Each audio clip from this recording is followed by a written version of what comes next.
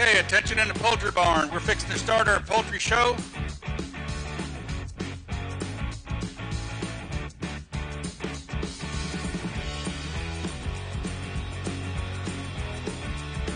In terms of presentation, clip job, phenomenal. This one draws you in. Young lady does a great job. Well, good morning, and what a pleasure it is to come out here and evaluate your young individuals' livestock here at the Gillespie County Fair. When it comes down to it, the one that wins is simply more my kind. Just in terms of being a little stouter and more moderate in build and having a little more chunk.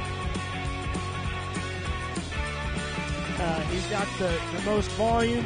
He's a little bit overcooked, overdone, but at least he got there. Caleb Cruzy, Madeline Embry, Kinley Cott, Britley Bowers.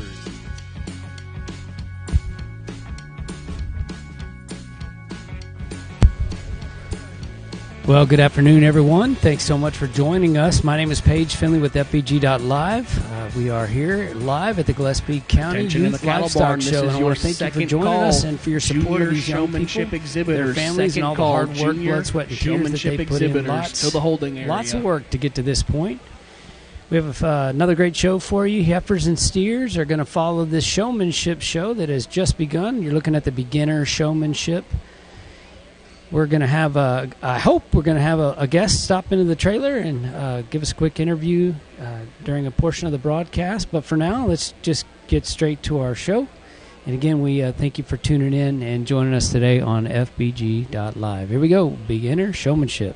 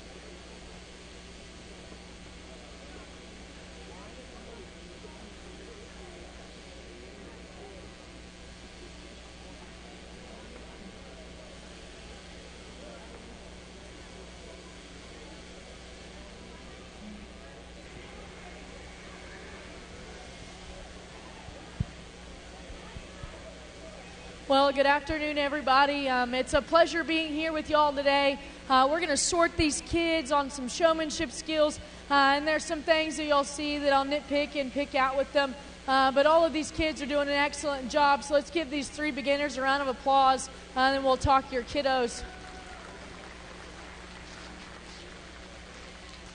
Young man down here with the white calf, he's going to be third today. He's doing a really excellent job of getting his calf set up and being able to position the feet where they need to be. Just needs to work on eye contact a little bit, but that comes with more time and more ring presence, but a good job to him. Young lady with the brindle calf is going to be second, one that's very calm in terms of her composure, holds it together and is allowed to get her calf set up, even with some circling, but still doing an excellent job. And then the young man in the center with the black calf, he's going to be your champion here, one that's so good in terms of eye contact, one that gets his calf set up and knows where you are throughout the ring. Really well ring use as well. Congratulations to y'all. Let's give these kiddos a round of applause.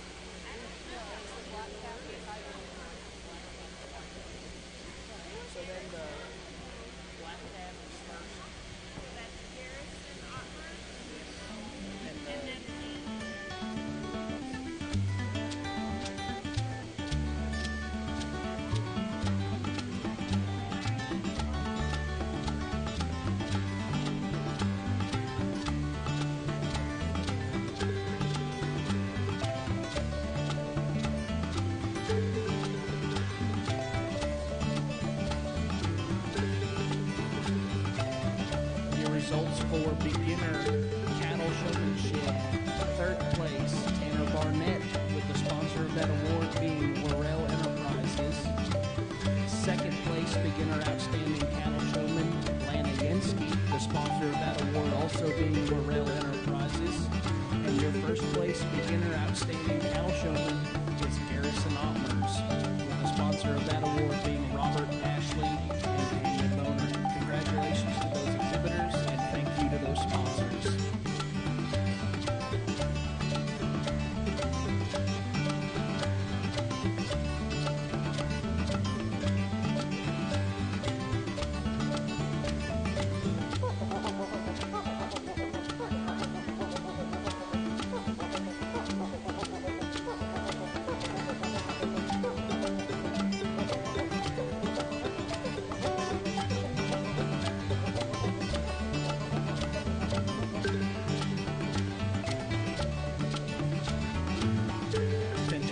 Barn. This will be first call senior showmanship class 1. First call senior showmanship class 1 to the holding area.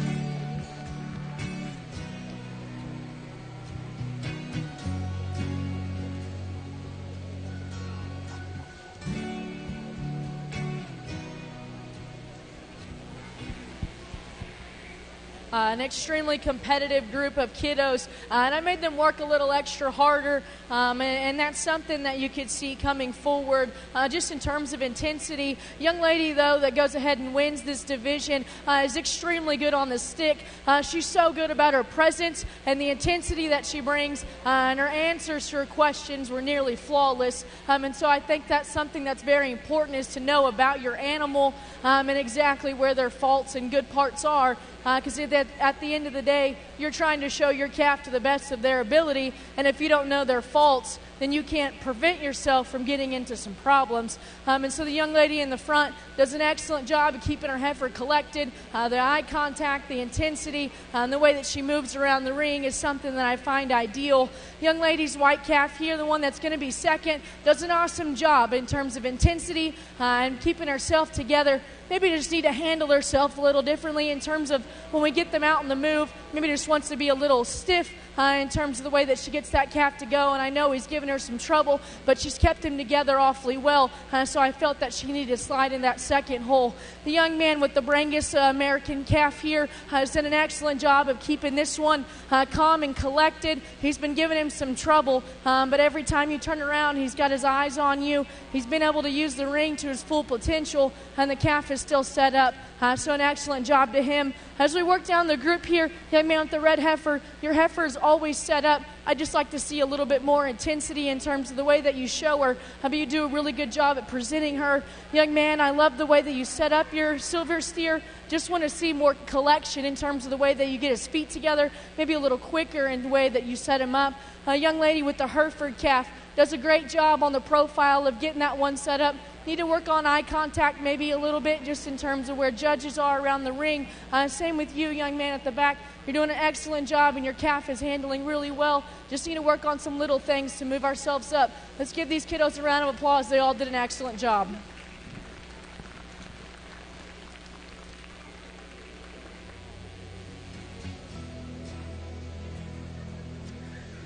Results of the junior division of cattle showmanship. Your third place outstanding junior showman was Cress Moore, with that award being sponsored by Bayer Fertilizer and Feed and Hypro Feeds. Your second place junior outstanding cattle showman is Cadence Werner, with that award being sponsored by Edward Jones Investments. And your first place junior outstanding cattle showman is Lena Ottmers, with that award being sponsored by Capital Farm Credit. Congratulations to these exhibitors, and thank you to those sponsors.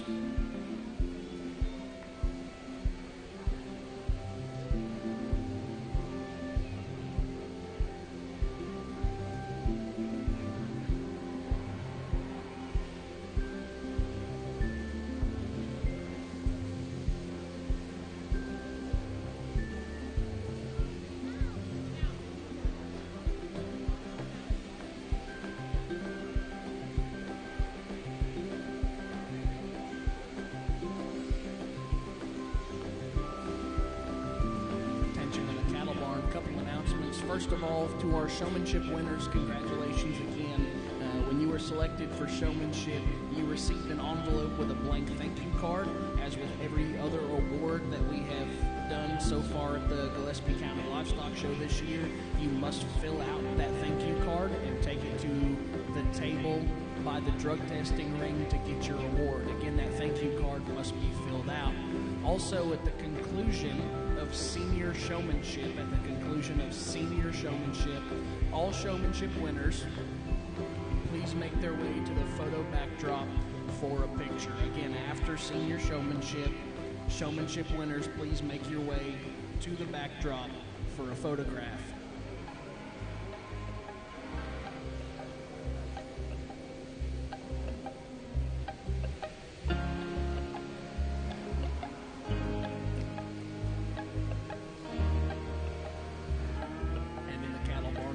Time.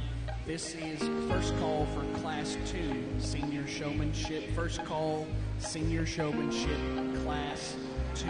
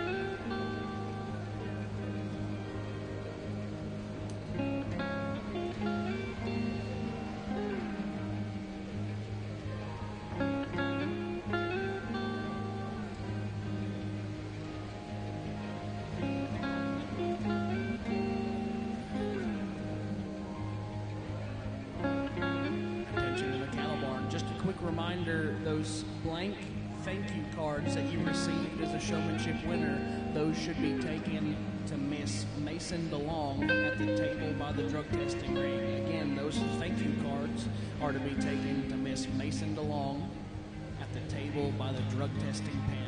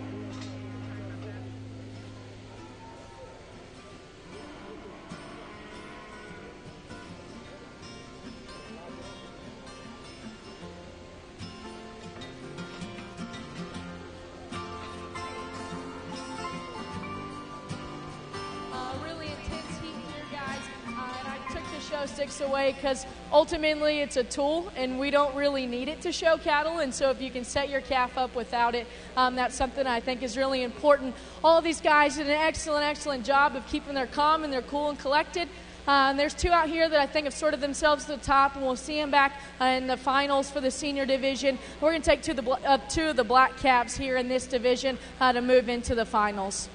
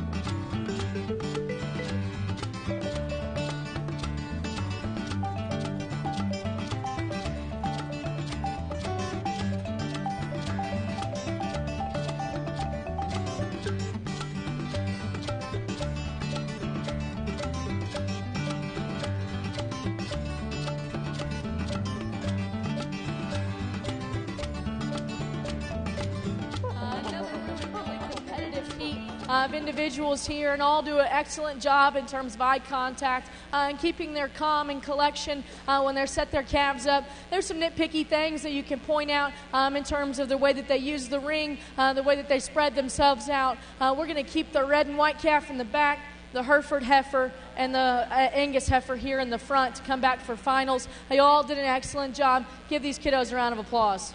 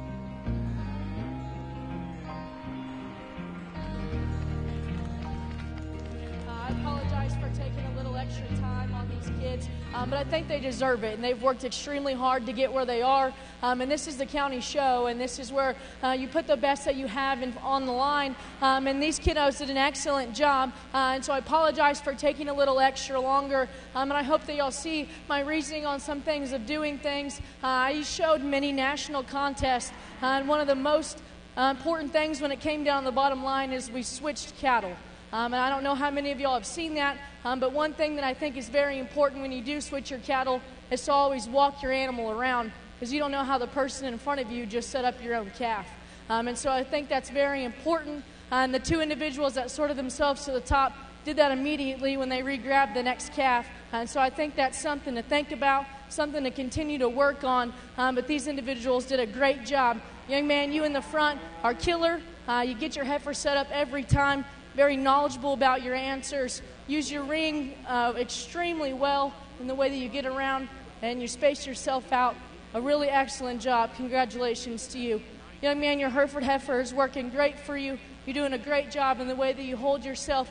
Maybe just be a little quicker to some things sometimes, a little faster in the way that you set her up, but still excellent job. Young man with the big black calf, he's giving you some trouble wanting to touch his feet, but you kept your composure. You still got them set up, and all of y'all answered y'all's questions extremely well. Let's give these kiddos a round of applause. It's been a pleasure being here. Thank you very much for inviting me, and continue on.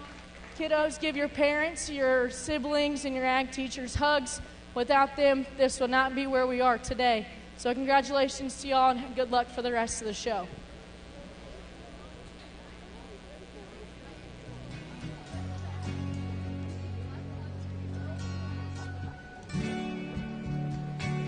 Results of your senior outstanding cattle showmanship.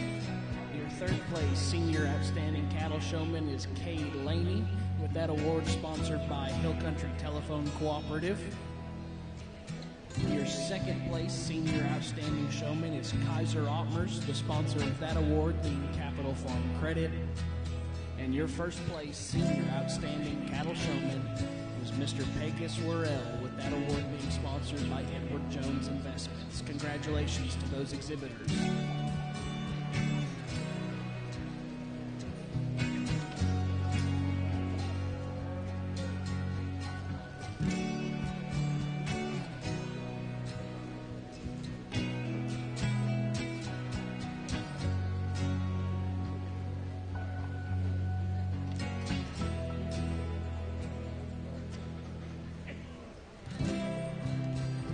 Attention in the steer barn, if I can have all of the showmanship winners to the backdrop for a quick photo. All of the showmanship winners to the backdrop for a quick photo.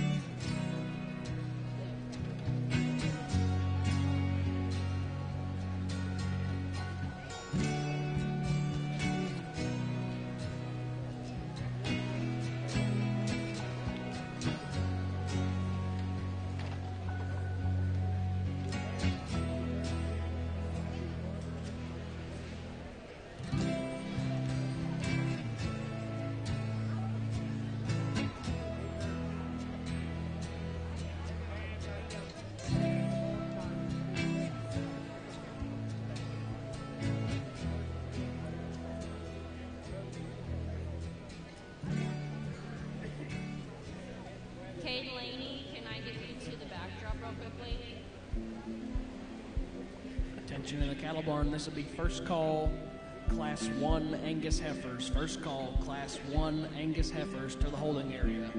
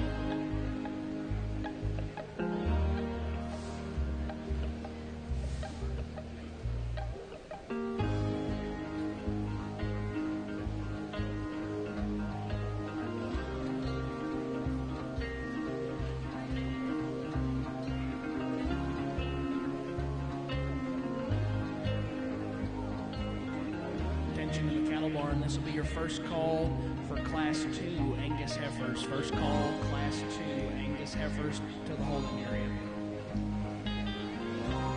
Class 3 Angus heifers, be getting your animals ready. Class 3 Angus heifers, be getting your animal ready.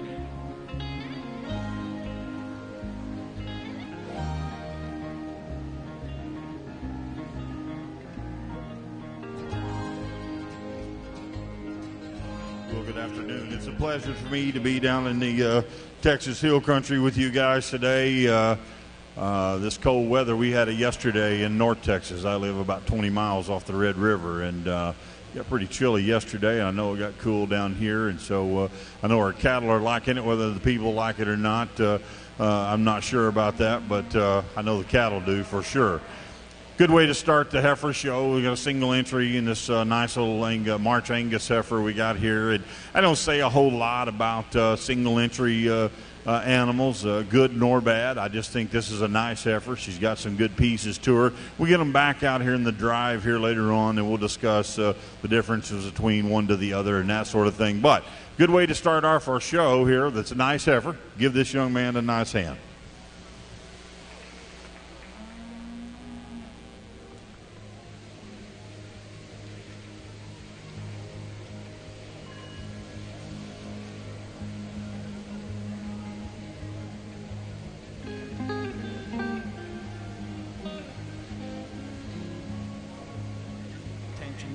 Judging our heifers and steers for us today is Mr. Wade Shackelford. Mr. Shackelford is the agricultural science teacher at Prosper Independent School District. Mr. Shackelford has been in education for 34 years, having gotten his Bachelor of Science at Tarleton State University and then pursuing and achieving a Master's of Science at Southeastern Oklahoma State. Mr. Shackelford has judged many county and state shows in his time as an ag science teacher and livestock man.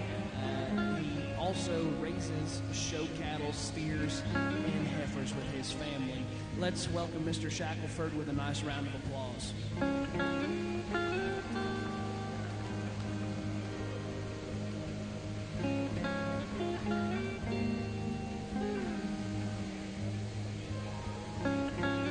Your man's got a really big-bodied, nice September heifer here that just short-bred within the first cycle, and so we don't even know if she's stuck or not yet, but that one will be tremendous as a bred there, and she'll be as deep and wide as she is tall. So nice heifer here, another single entry. Give him a nice hand.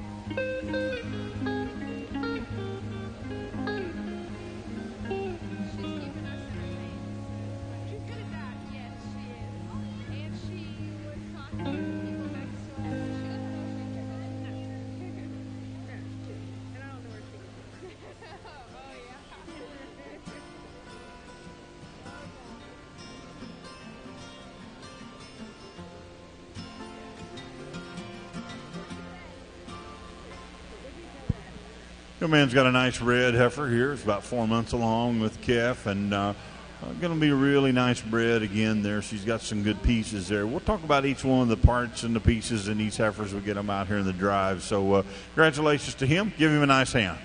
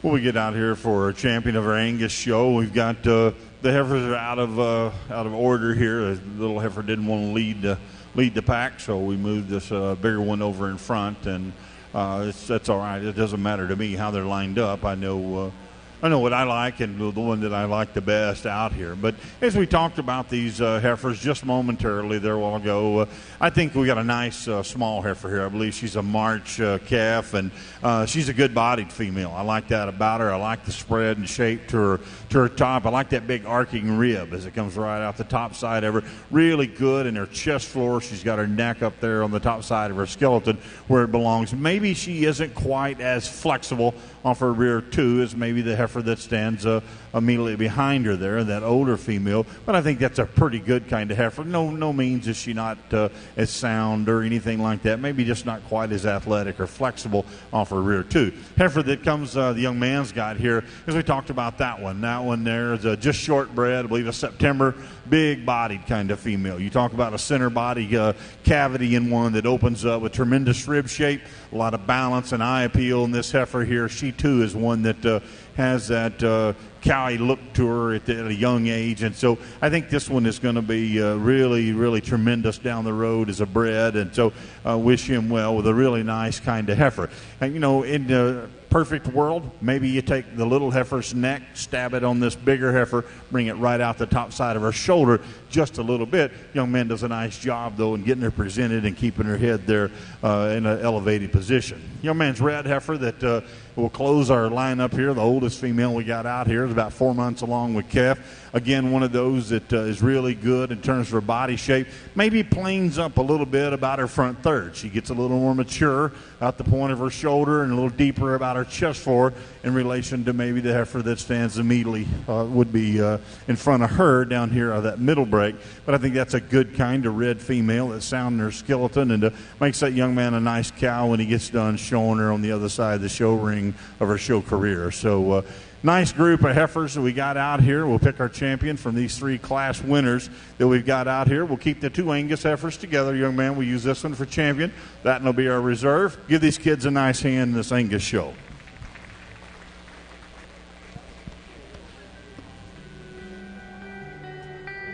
The reserve champion Angus heifer was exhibited by FbgLive. That award sponsored by U2 Farms.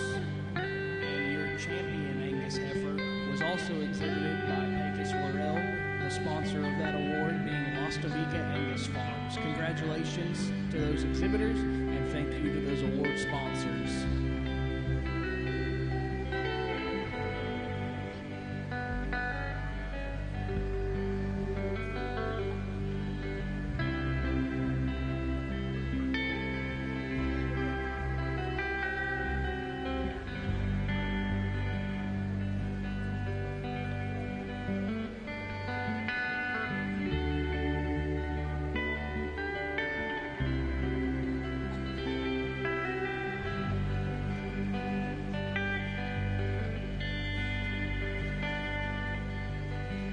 Attention to the cattle barn. This will be first call, Class 1 Hereford heifers. First call, Class 1 Hereford heifers to the holding area.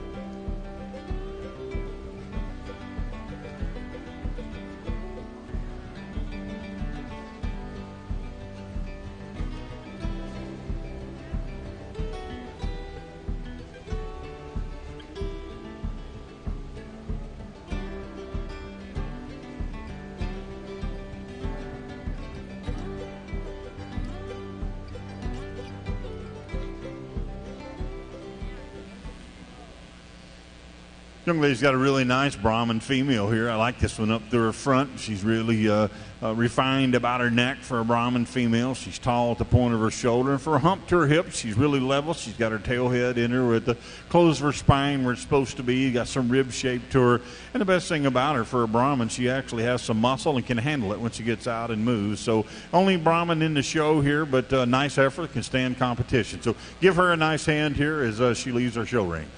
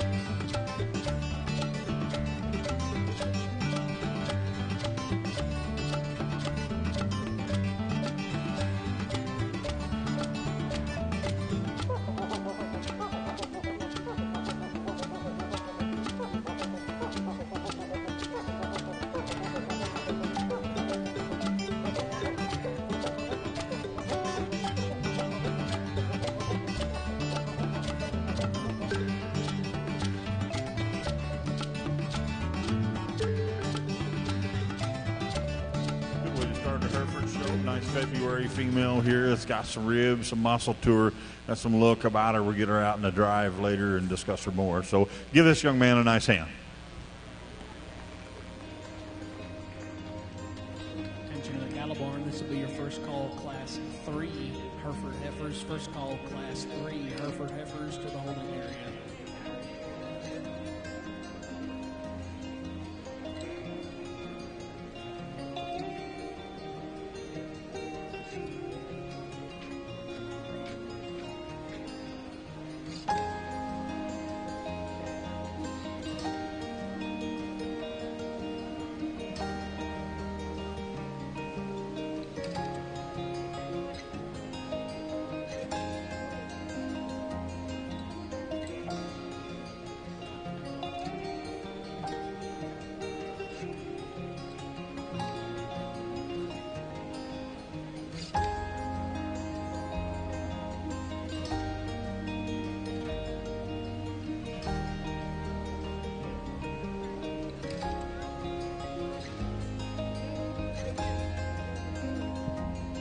Stop this young man on this side. They seem to act a little better away from the bleachers here, even from the first time we bring them in here. So stopped her over here, and we'll bring her back in the drive here, talk about her more later. But that's a nice long spine female that's really feminine up to her front third. So nice effort here, just a nice complete female. Bring her back in a little bit. Give him a nice hand.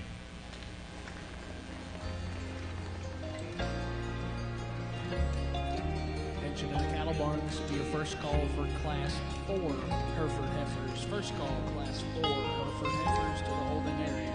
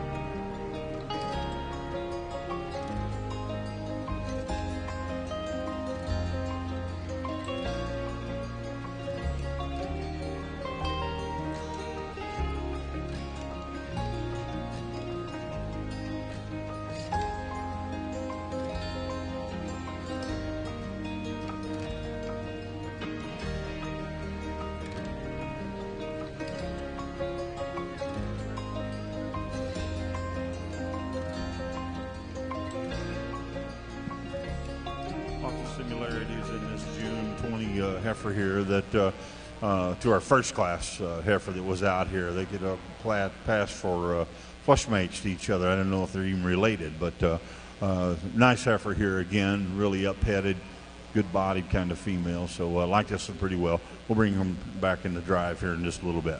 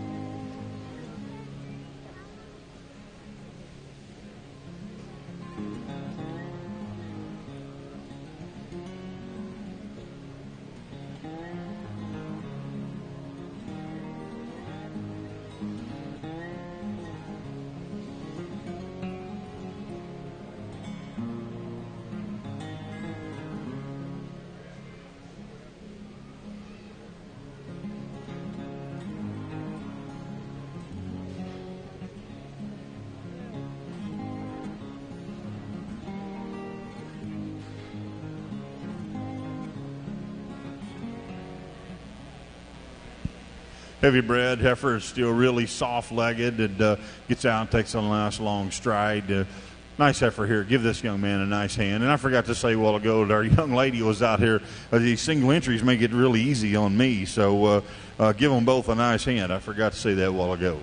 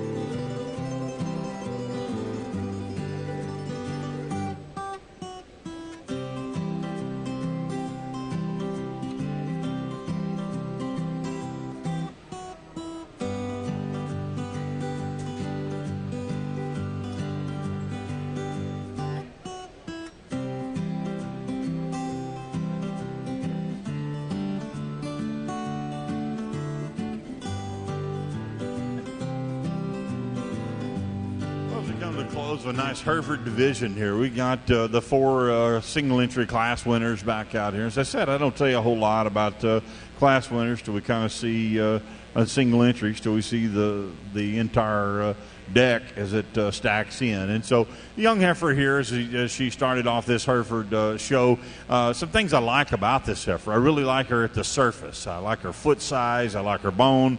I like the mid-center rib shape in this female.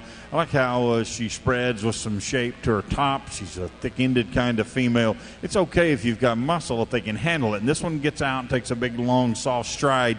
She's really good in her ankles. If you study that one there in her front ankles and in her pasterns there of her rear too, that one sets down really soft to the surface with a big grabbing foot, and you like that about her. Where you change this female is from her shoulder forward. I'd like to refine her just a tad about her neck and make her just a little sweeter looking about her face and her head there. She's not the most feminine creature we got out here. But that stouter skull, that stouter head goes with that stouter features that she has. So she does have some good, really good parts. Young man's heifer that comes next in line, really like this one up there, her front third. You like how clean she is and extended from her shoulder to her jaw there. Female that's really refined and feminine about her front third. She's ultra good looking from a side view profile and her balance and eye appeal. Where you change this one is you give her some more substance of that foot size. The bone that she's got isn't quite as stout and as massive as the heifers that stand on either side of her.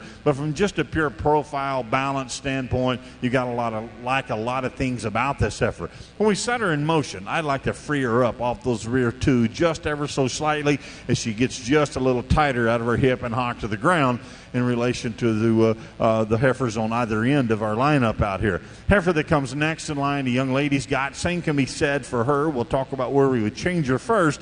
I'd change her off her rear two. As she gets out and goes, she's just a little tighter, a little more restricted, doesn't reach and grab that front foot hole with her back foot the way she needs to for a breeding piece. But for one that maybe is headed more towards a terminal market end, something that raises a steer or something like that, probably acceptable in the way that she moves. I do like this one from the standpoint how tremendous the top shape she has in her, and the rib and the way her rib really arcs right out the top of her spine there. A lot of things that you can tie into in that heifer there. Simply like to make her just a little bit freer moving off her rear two. Maybe not quite as neat up through her front, maybe not quite as sweet and pretty about her face and her head is what the heifer that stands immediately in front of her or behind her is. The older female that we got at the end of the line here, one that maybe gives up a little bit in terms of some frame size and performance with some of the other heifers we have out here, just in terms of altitude. She's not as tall in her stature, but that's a nice female. She's good in her body shape. She's got some width down her top. She's a female, gets just a little more predisposed to some waist down her lower third. As you look at her out of the point of her shoulder and down into her brisket, she pushes just a little more fat condition in relation to some of the other heifers, but she's been around the earth longer, and so that's to be expected when you have one in the show barn that long. But I think that's a nice female as well. I think from the looks of the females out here, there's no doubt the heifer that is the most striking in the lineup is our heifer out of Class 2. We need to fix that heifer. We need to fix the heifer in Class 3 for me as they come off their rear two. So we'll use our bookends. Young man, you'll have them both. Champion is down here. Reserve is down here. Congratulations to you. The reserve champion Hereford heifer was exhibited by Kaiser Ottmers, the sponsor of that award being Gillespie Veterinary Center. And your champion Hereford heifer also exhibited by Kaiser Ottmers, the sponsor of that award being Barney and Libby Hewlett. Congratulations, Mr. Ottmers, and thank you to the sponsors of those awards.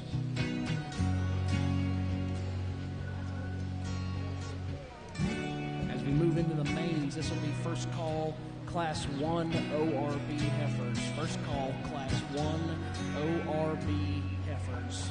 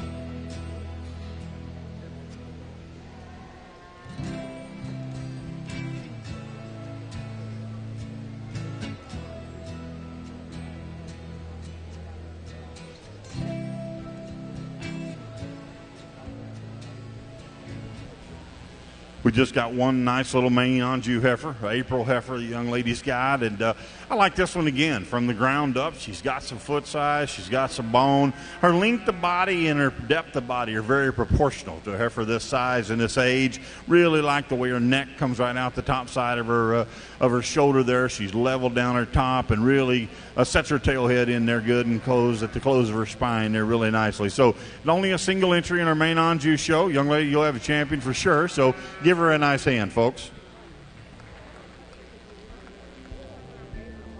Champion main on shoe heifer exhibited by Miss Lena Ottmers, the sponsor of that award being the Ambassador Committee of the San Antonio Stock Show and Rodeo. Congratulations, Miss Ottmers, and thank you, San Antonio Livestock Show and Rodeo Ambassador Committee.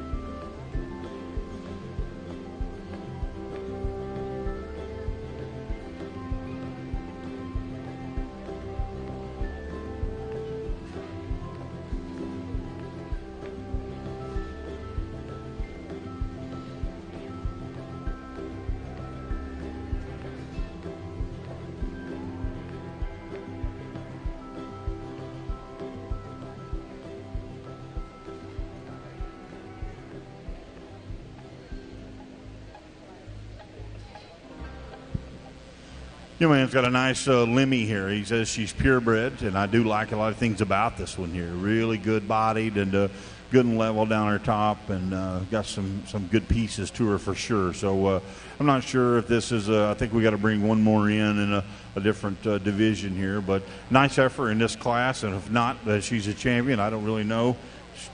She's a champion? Okay, she is a champion, young man. So we'll get this one right. Give him a nice hand.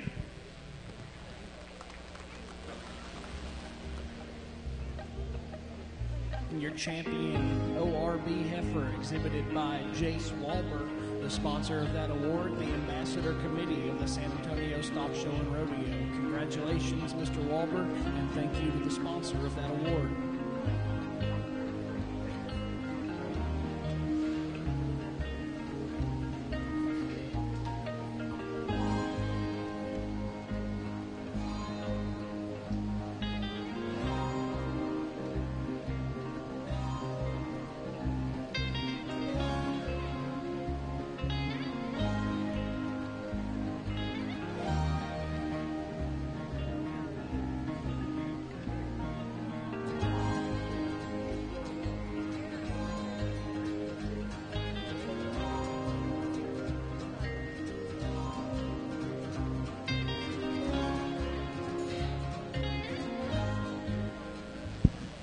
The man's got a really good body, January female here. I like this one awfully well from a balance and symmetry standpoint.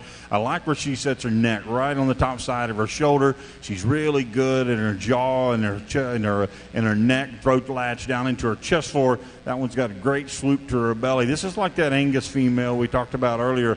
This one here makes a tremendously powerful, deep-bodied kind of bred female down the road. A lot of good in this heifer here. Give this young man a nice hand.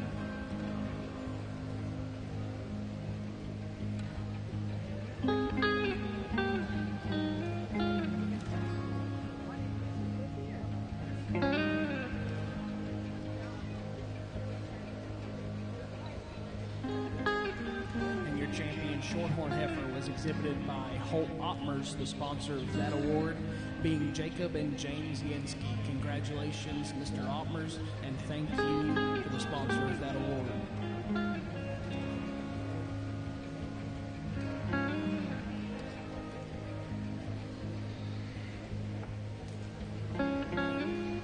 And attention in the barn.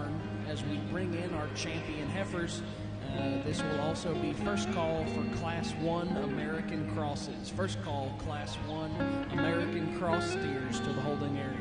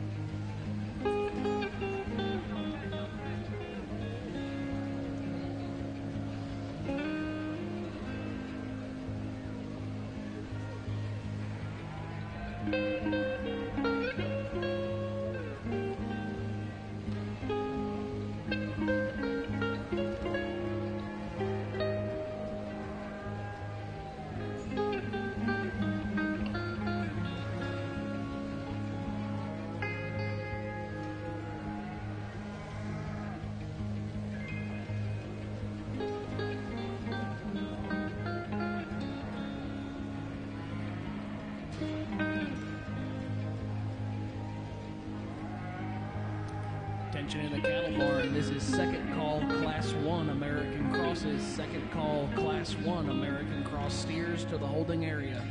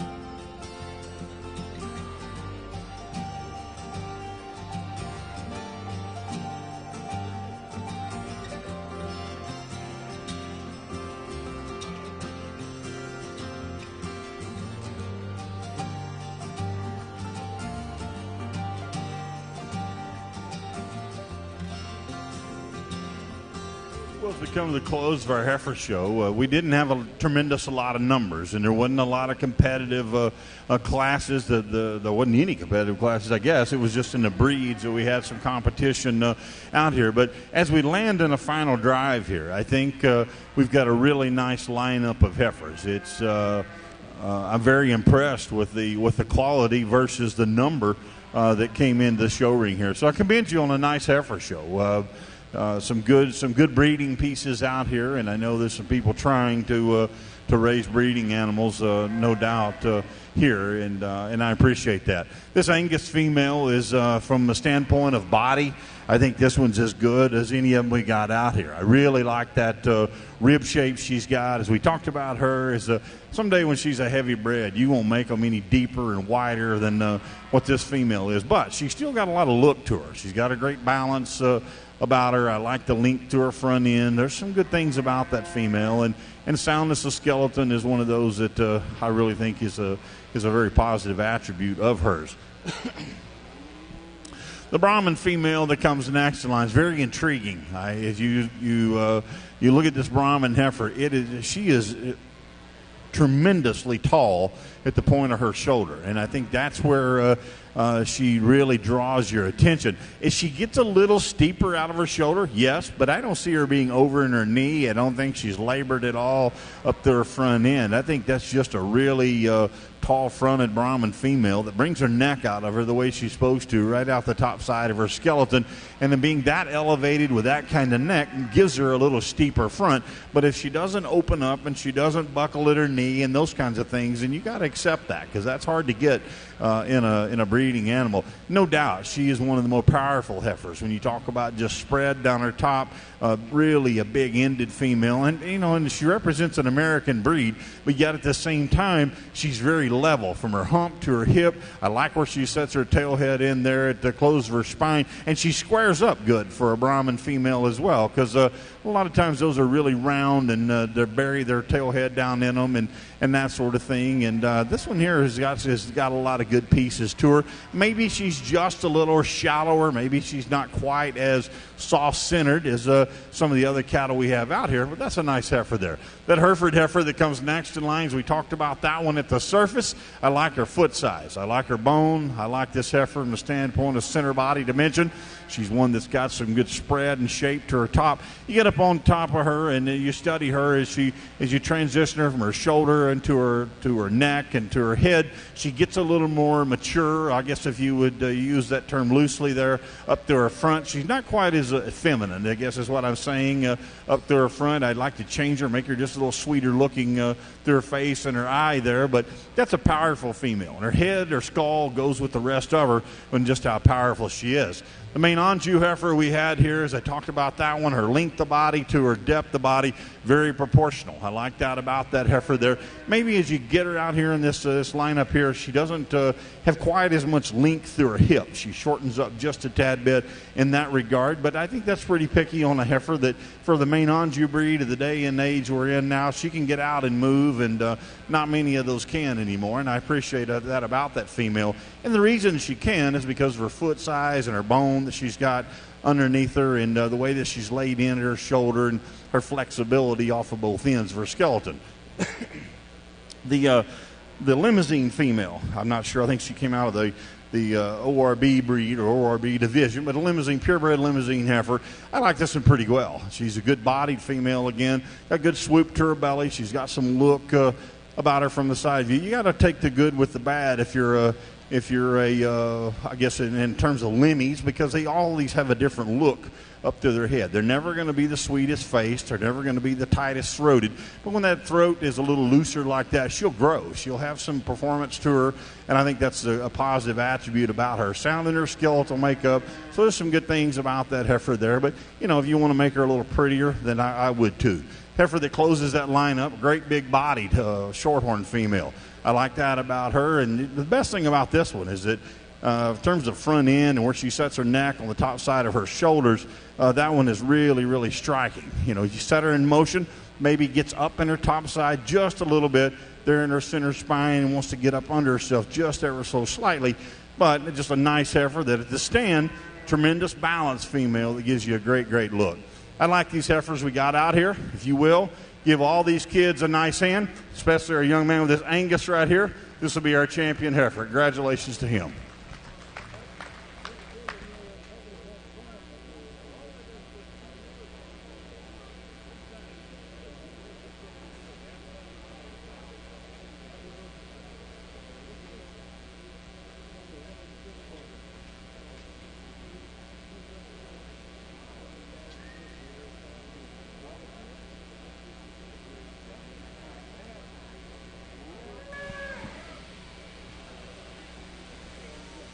Champion overall heifer was exhibited by Pecos Worrell, the sponsor for that award being Lochte Feed and General Store. Entering the ring now to run for reserve overall heifer is the reserve champion Angus heifer, which was also exhibited by Pecos Worrell.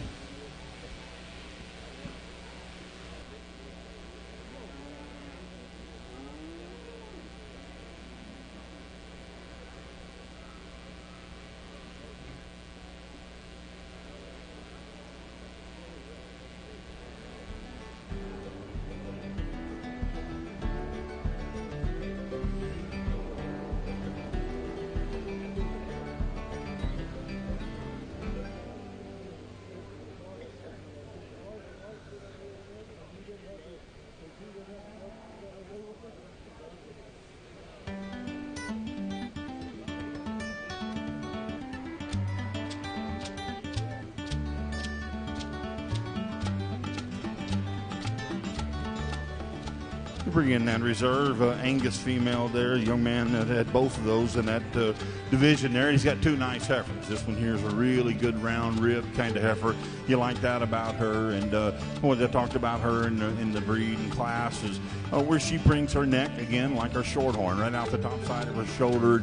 Gives you a really striking pose from the side view profile. I think when it comes right down to it, the one that I prefer the most, young man with the limousine heifer, you'll be our reserve. Congratulations to you.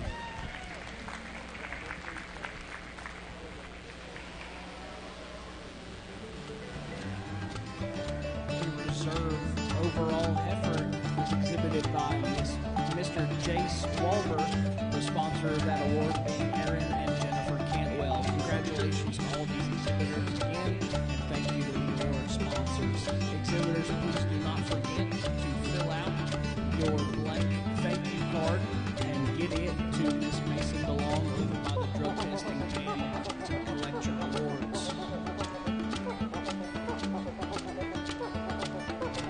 Also, champion heifers, grand and reserve. Also, do not forget to stop the backdrop and have a photo taken over the project.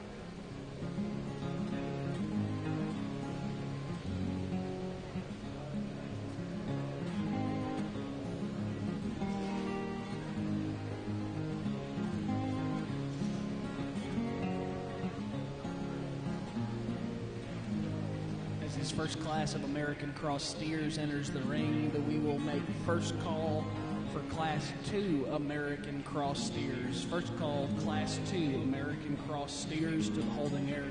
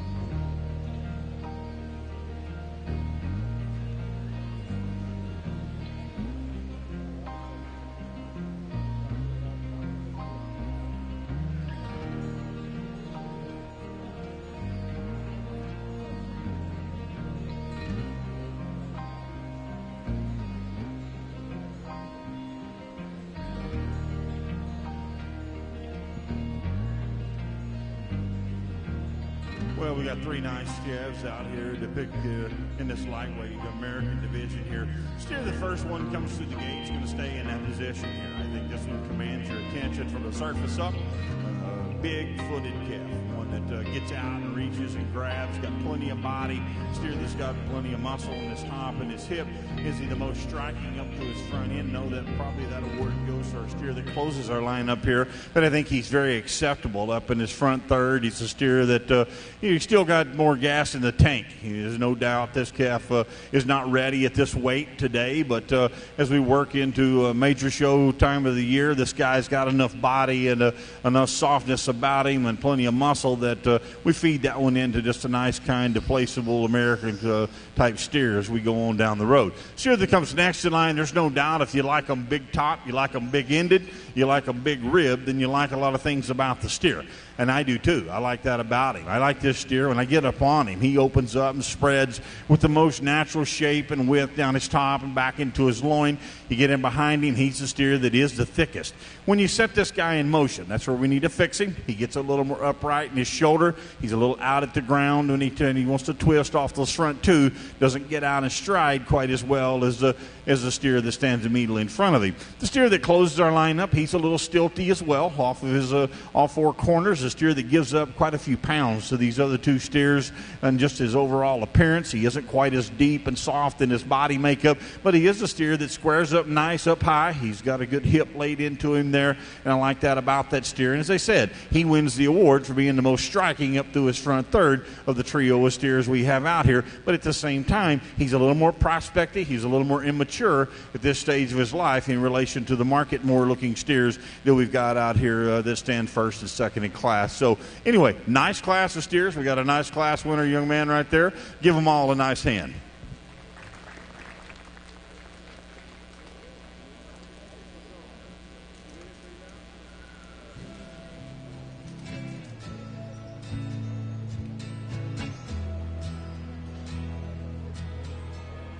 Results from Class 1 American Cross Steers. Third place, Jory Minsky with St. Mary's 4-H Club. Second, Carson Crenwelge with Brady 4-H. And your class winner was exhibited by Cress Moore with the Fredericksburg Junior FFA. Congratulations to those exhibitors. This will also be first call Class 3 American Cross Steers. First call Class 3 American Cross Steers to the holding area.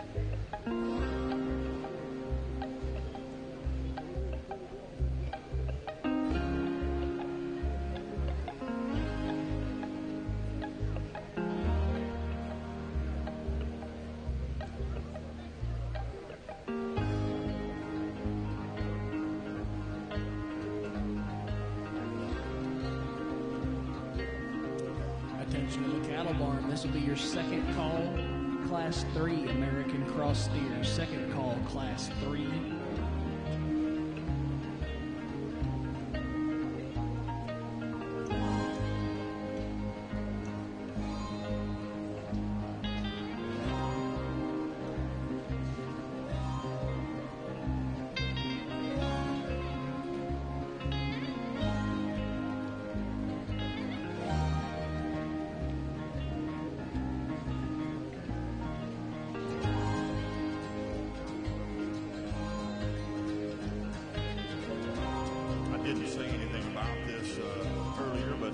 Go ahead and tell you I shake with the wrong hand, and that's because I just had hand surgery on this hand, and some of you got grip like a bear, and trust me, I might cry like a 2-year-old if you gripped it like a bear. So I'm going to shake hands with my left hand, and so I was asked to tell you guys that you kids are doing it right. I'm doing it wrong, but I got to do it wrong.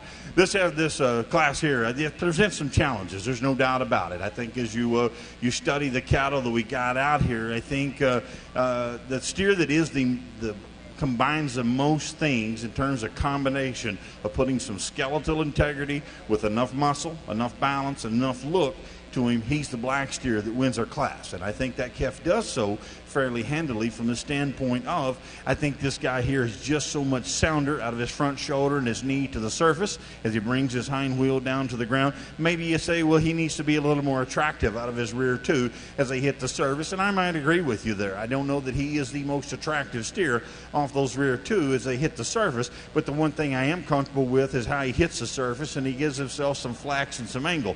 We're in January, folks, and we've got to go all the way to San Antonio, Houston with most of these cattle here because they're not real hairy, so we don't anticipate a lot of footwork action here. And so by the time we go that far and we really crank it to them, we feed them, that skeleton has got to be with them. And so that's why this guy wins our class. He's got the skeleton, he's built for the long haul, and that's the way I read him. I like the calf, though, from the standpoint of having some muscle shape. He's not the biggest muscle steer we got out here, but this guy's deceiving. You get up on him and you grab him right out of his blade back in the center part of his rib. He opens up and spreads with a nice top shape. He's got a really good deep loin in him. I like this guy's tail head as it sets into the close of his spine. Is he the most attractive steer that we got out here? No, I don't think so, but he's more than acceptable in that regard, and he's sound in the skeleton, therefore he's a class winner. Steer that comes next in line, this if you start to get into some problems here. And so I told myself, you know, the only thing you can do from here is you take the skeletal problem that you've got and you don't worry about it, and what's the next best steer? And there's no doubt this is the steer that is the biggest footed, he's the biggest bone, he's got the most muscle of any of the cattle we got out here, and he is a good looking sucker from the side view profile. His problem is as he comes out of his shoulder and his knee and down to the surface, you can see he wants to spread out there on his front third and gets a little tight moving off those rear two. We take that and fix those issues in that steer. There's no doubt he's slam dunk, he's the winner, and I see that in him, but I just got to have him just a little bit sounder in his skeleton.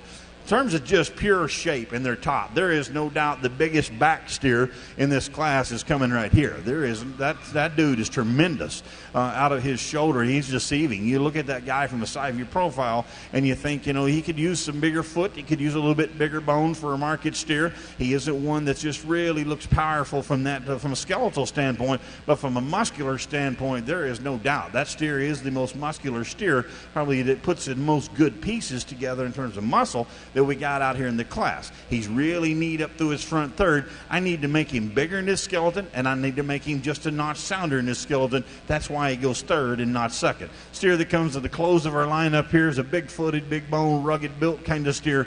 Gets a little plainer up through his front, comes a little more raftered right out of his shoulder, doesn't have quite that extra added dimension of muscle there. Steer handles well. He's in the only steer I think we got out here that's in that mid-12 range, and so you appreciate him from that standpoint, from a market standpoint. Just got to get more muscle in this guy here and power him up, fix him right there out of his shoulder into his forerib as he transitions. Nice class. I think the steer that wins is the most fault-free we had out here. Let's give them all a nice hand. Your results of Class 2 American Cross Steers. 4th place, Lana Yemsky, Stonewall 4-H. 3rd, Kenna Toch, Harper FFA. 2nd, Quinn Burrow with Cave Creek 4-H.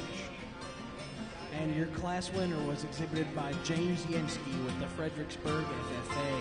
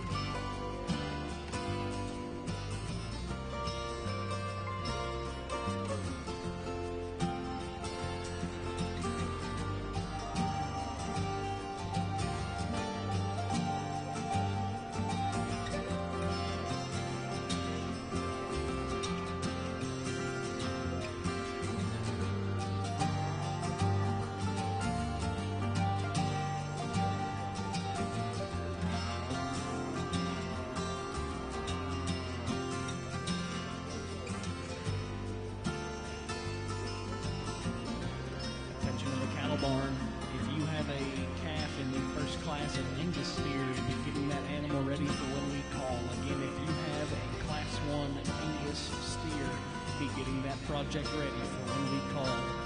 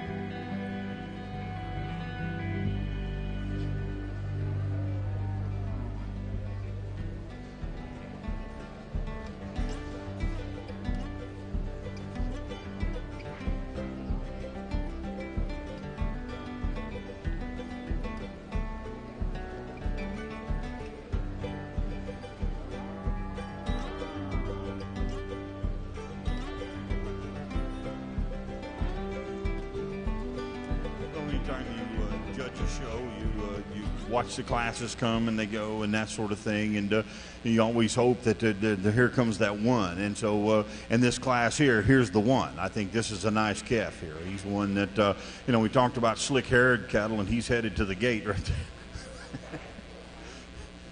We talked about slick-haired cattle, and this one's anything but slick. I mean, this one's got the big hair, and he's very competitive. His biggest obstacle is, I'm sure the owners know, comes on the first day at the show, and we get past that level there and get into that division, then we're going to be okay. This guy here is good at the surface. He's good-footed. He's big-boned.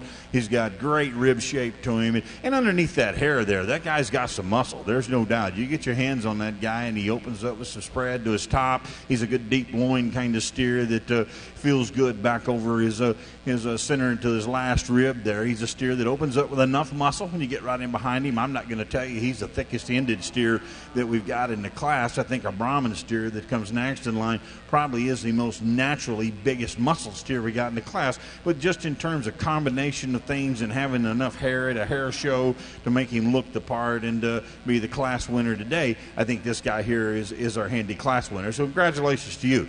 Nice Brahman steer this young lady's got here. The problem with this Brahman steer is just that he is so gentle or dead-headed that he doesn't want to hold his head up for that young lady there, and he wants to bring his head down towards the center part of his skeleton. If we can get that guy to react and get his head up and really show off his front end like he's doing right here now that I'm talking about him, then I think that guy there is really good. He opens up with tremendous spread down his top. He's a real big-ended kind of steer.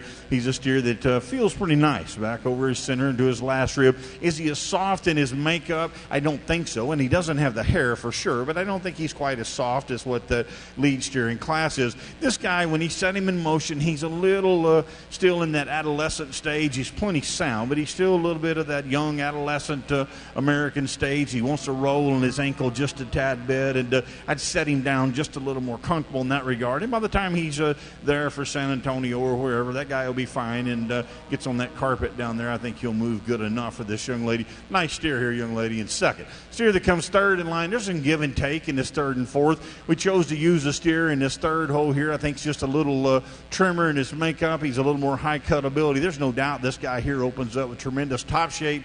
He's got plenty of muscle, and you get in behind him. And I think just in terms of muscle, he's got more muscle than the white steer. There's no doubt the white steer is a steer that's softer in his makeup, but I don't think that he has quite as much muscle shape as what we've got in this Simbra, or whatever we're going to call this guy here, steer that's coming next year. So I like that steer there in that closing pair, just from a cutability standpoint. I mean, some trimness and some look. I really like him up to his front third, where he brings his neck right out the top side of his shoulder. Young man steer that closes the line. This is a big, rugged, burly built kind of steer. It's just a little staler in his kind. He's not quite as flashy from the side. He's a little thicker about his neck, a little deeper about his throat in relation to some of the other cattle we got here. Now, once you dial this one down and you clip him and you do a lot of things to him, he's going to change tremendously. There's no doubt about that. And this guy that will get looked at because just of his color when he comes in there at Fort Worth, and he's a good bodied steer. He's never going to be the biggest muscled kind of cattle, but I think he's fed, he's done well, he feels good, and you handle him back over his loin edge and back to his rib there. But he's just a little staler in his appearance today, and a lot of that is just simply because he's just not clipped down tight. And so I see that in the steer, and that's not why he closes the class. It's just a steer. I don't think he has quite as much product in him as some of the other cattle. Good class. Give him a nice hand. Here results of Class 3 American Cross Steers. Fourth place, Tanner Barnett with Stonewall 4-H. Third, Todd Bauman with Harper FFA.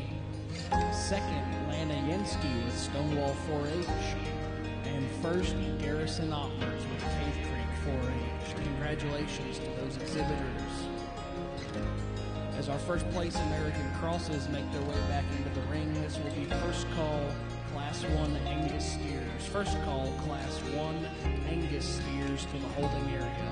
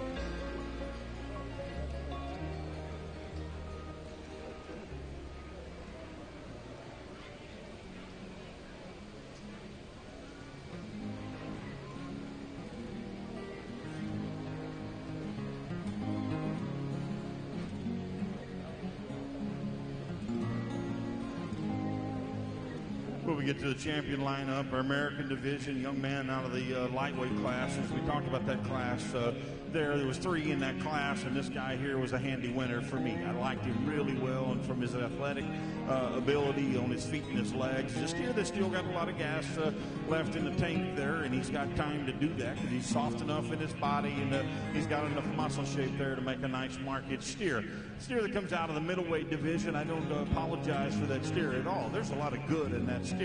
As I said in that class there, that class presented some challenges. And young man, you had the steer that had the least amount of challenges to fight through there, because this guy is more than acceptable in the amount of muscle he's got. He's a good bodied steer, and he's sound on his feet and legs, and that's where that steer excelled in that particular class. We came to the heavyweight division here. As I started off my comments with, is you hope there's one that comes through the gate every time that you can tie into and you can use, that has those things about him that you really like: the foot size, the bone, the body, the look, and the balance, and eye appeal, and enough muscle to go with it. That's your champion right there. Out of the heavyweight, Brahman steer down here, second in that class, will be reserve.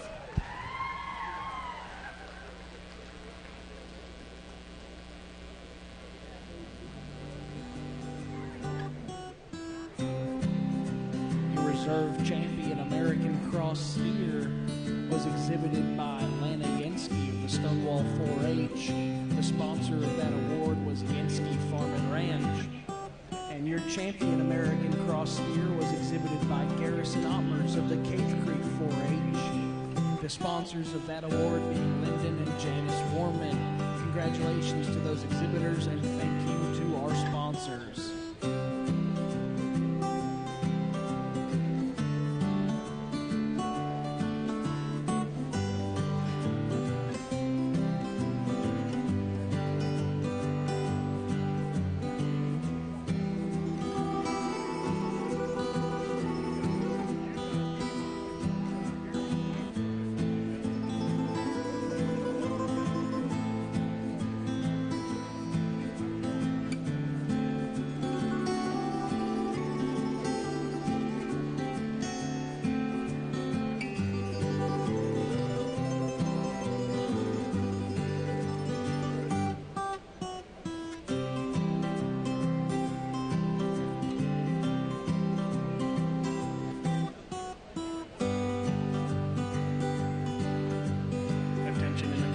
This will be first call Class 2 Angus steers. First call Class 2 Angus steers to the holding area.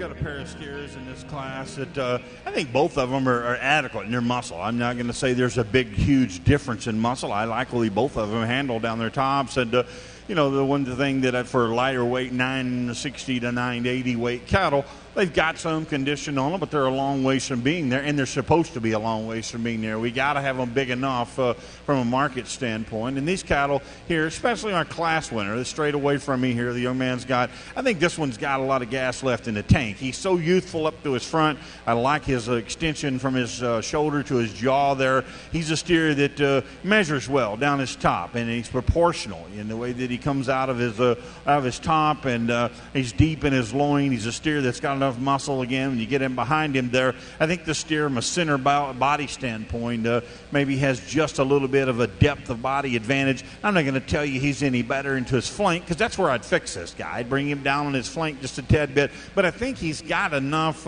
time, and he's got the right pieces to feed him hard and get him there to bring him down in the flank, because he has the skeletal advantage.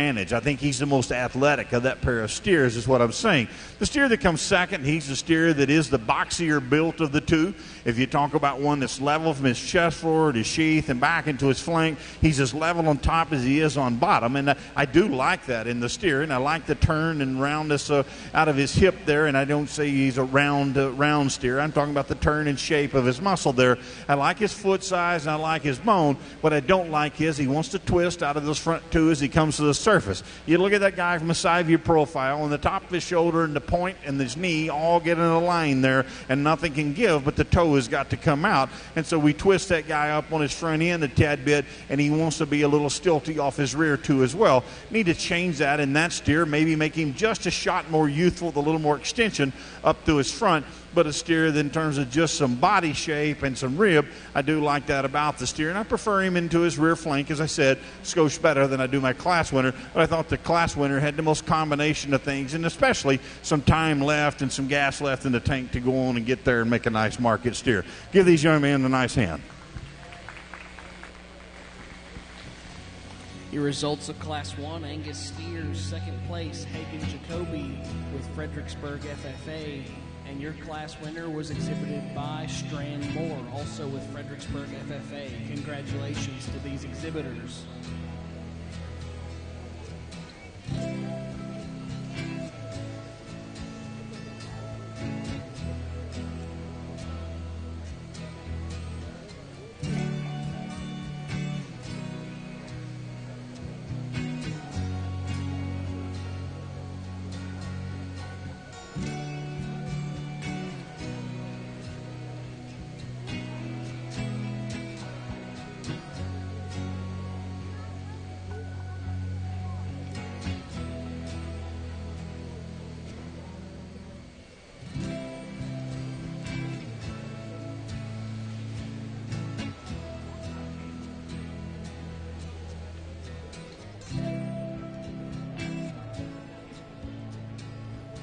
Cattle barn, this will be first call Class 3 Angus steers. First call Class 3 Angus steers to the holding area.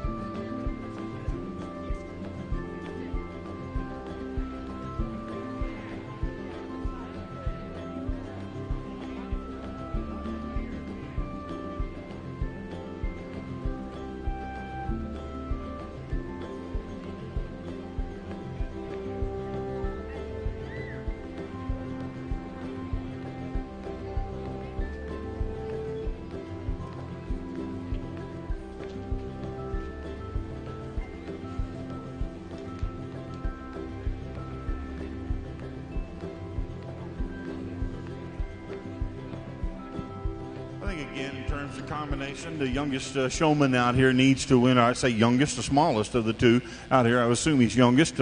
Needs to win our class. He's the steer that has the best body shape. There's no doubt about the center body dimension and the depth in his flank. I think it's a steer that has enough muscle in him. He's a little snorty, and so it was hard to get a real good handle on him. Maybe do that a little bit better as we get into a drive here, but got enough on him to tell that guy has got plenty of muscle. That's not an issue. Maybe not quite the biggest legged, but at the same time, you've got an advantage in some hair on this guy's legs. This guy here is pretty slick-legged in terms of leg hair, so I think he's adequate in his skeletal makeup, classifiable kind of Angus steer that's good body and got plenty of muscle. Steer that comes on next in line, I like his length of spine.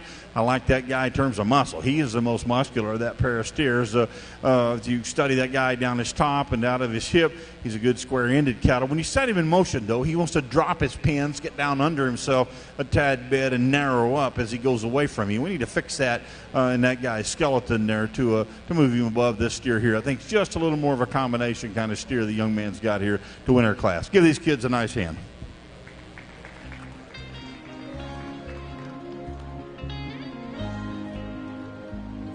Results of Class 2, Angus Steers, second place, Braylon Jacoby with the Fredericksburg Junior FFA, and your class winner was exhibited by Garrison Ottmers with the Cave Creek 4-H. Congratulations to those exhibitors.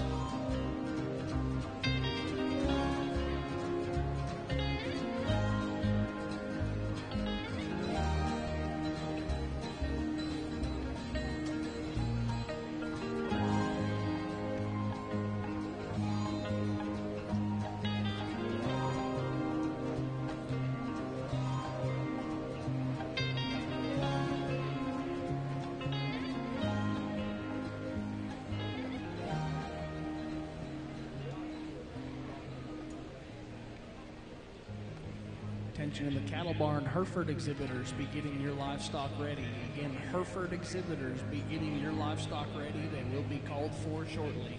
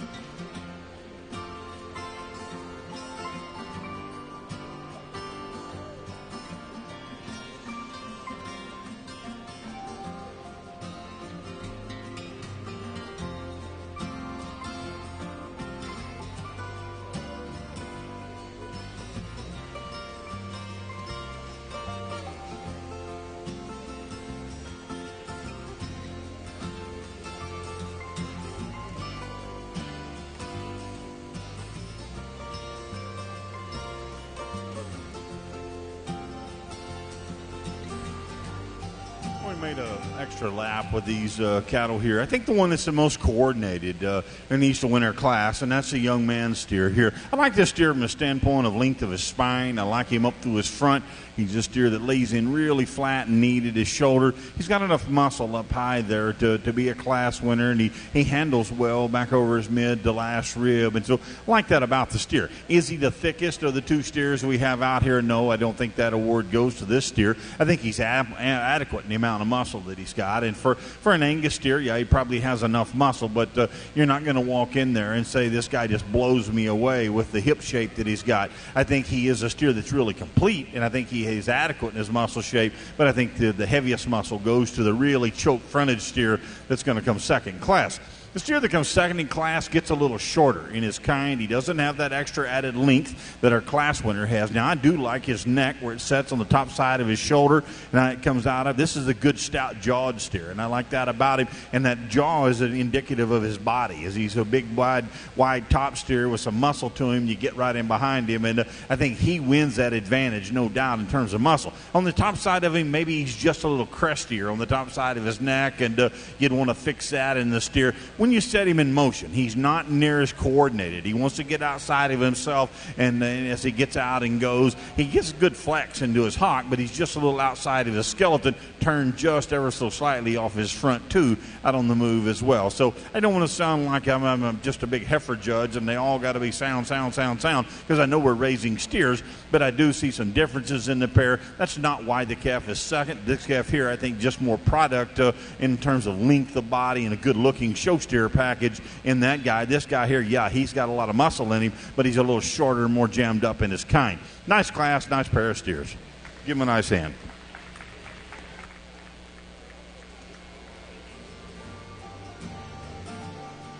Your results of Class 3, Angus steers, second place, August Ottmers, Cave Creek 4-8. And your class winner was exhibited by Stanton Cantwell of the Stonewall 4-H. Congratulations to those exhibitors. As we get ready for our Angus drive, this will be first call Class 1 Hereford steers. First call Class 1 Hereford steers to the holding area.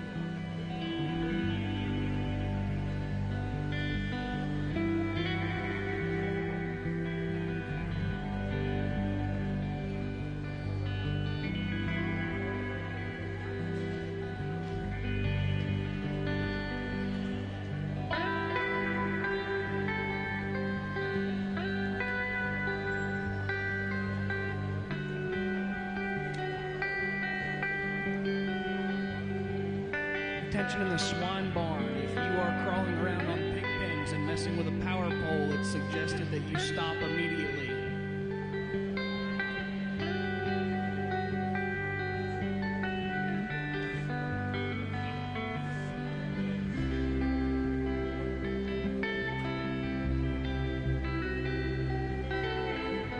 I remember some years ago, whenever something like that got announced at the show, I always looked at my youngest son, and he was usually the one doing it. So I feel for you, whoever the parent is, the kids with the electric pole down there, because I've been there, so I know what it's like.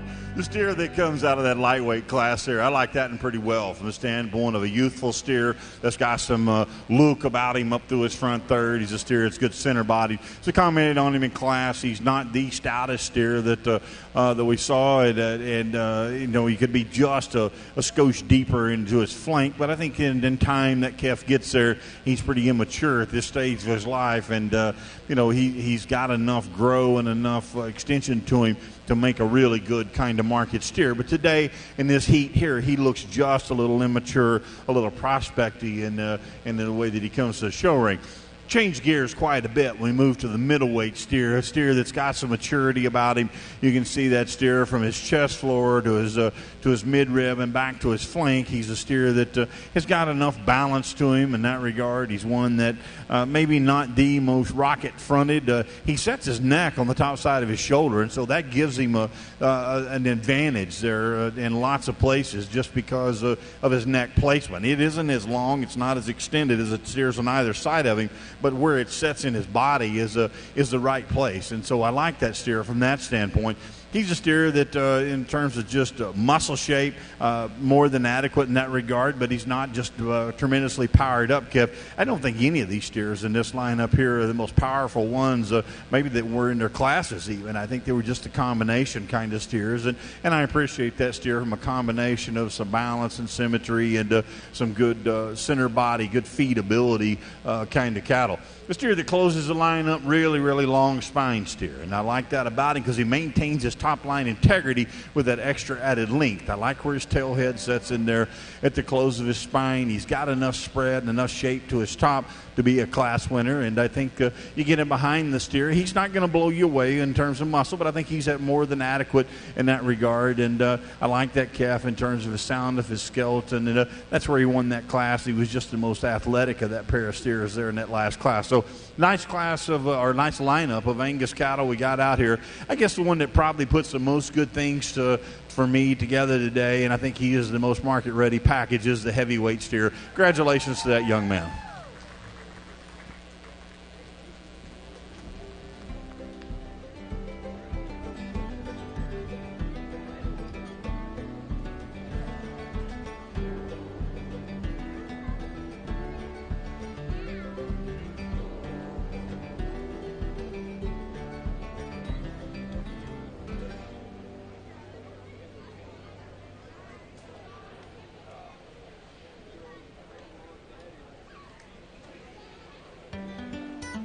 Second in that class. We talked about that steer a while ago. He's a steer that's really jet-fronted. You talk about one that brings his neck out high on the top side of his skeleton, gives you a great look, and he's got that extra added tightness of his throat, but yet he's good in his jaw, and I think that's a hard combination to get. He opens up with some spread and some shape to his top. Maybe not the most athletic steer that we've seen out here today, but I think he's acceptable in that regard, and I think he's a steer that when you talk and boil it down to it, which one's got the most of the most out here? The second heavyweight does, and he'll be your reserve champion of the Angus division.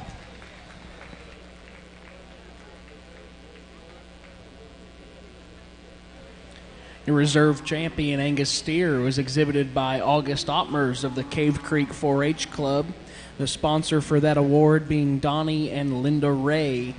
And your champion Angus steer was exhibited by Stanton Cantwell of the Stonewall 4-H Club, the sponsor of that award being FbgLive Ranches. Congratulations to those exhibitors, and thank you to our award sponsors.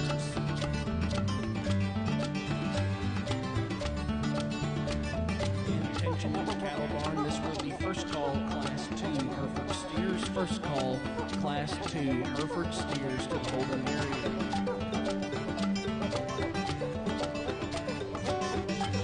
Exhibitors, remember that as you are selected for champions and reserves this afternoon, you will be given an envelope with a blank thank you note.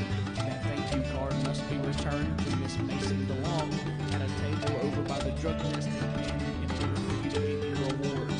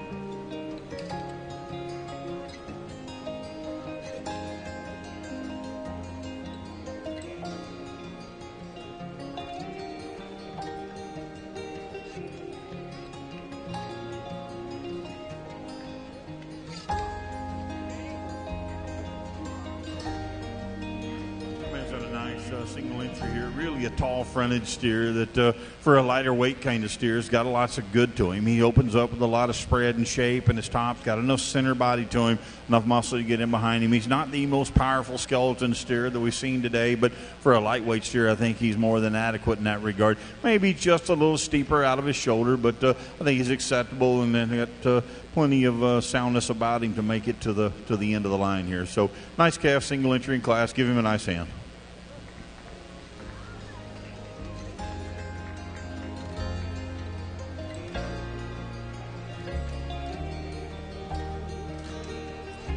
Attention in the cattle barn, August Ottmers, we need your Class 2 Hereford to the holding area. August Ottmers, we need your Class 2 Hereford to the holding area.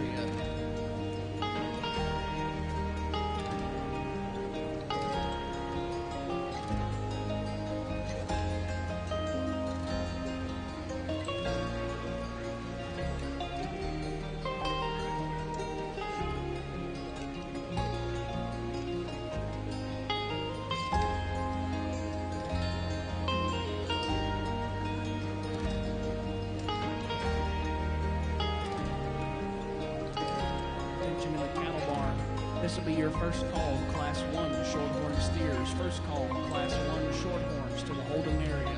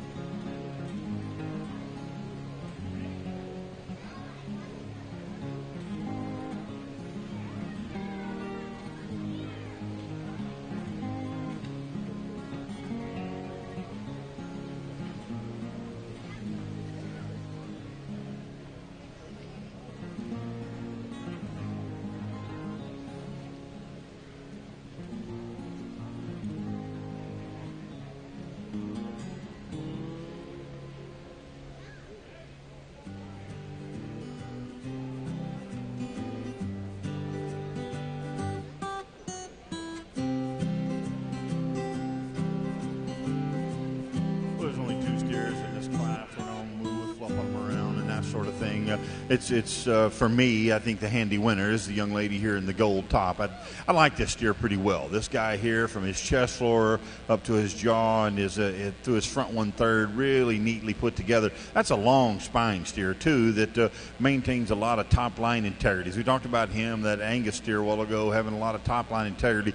The difference in this steer and the Angus steer is this guy here is just chock full of muscle right down his top. You want to get a hold of a big eye in a steer. That steer's got it. And the most impressive thing probably for me in this steer is I get in behind him and I study this guy in the depth of his twist. That guy has got a ton of muscle in him, and I don't know if he makes the world's greatest hair steer, and probably not going to be a hair steer, I would assume, but that's a good slicking steer there, because what you see is what you get, and that guy's going to balance good, and he's got enough youthful look to him. He made a nice market steer, sound enough in his skeleton. He's not the most powerful skeleton steer, but I think he's adequate adequate in that regard. His skeleton, as far as his bone size, goes with the rest of him that he's got here. He's very proportional and clean in his joint makeup. So I like that steer pretty well there that wins our class. The steer that comes next in line, steer that is not shorn down tight, but he's a good-bodied cattle, and I like that about him for sure. There's no doubt he's probably the deepest, softest center-bodied steer of that pair.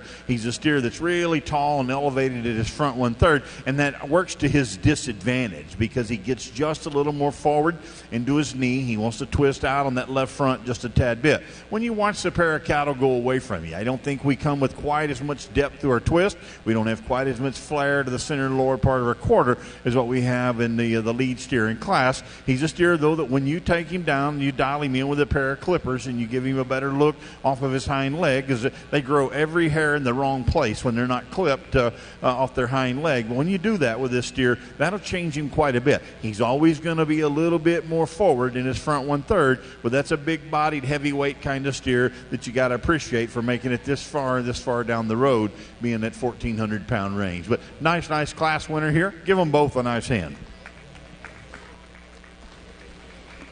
Your results of Class 2 Hereford Steers. Second place, August Ottmer's Cave Creek 4-H. And your class winner was exhibited by Cadence Werner of St. Mary's 4-H. Congratulations to these exhibitors.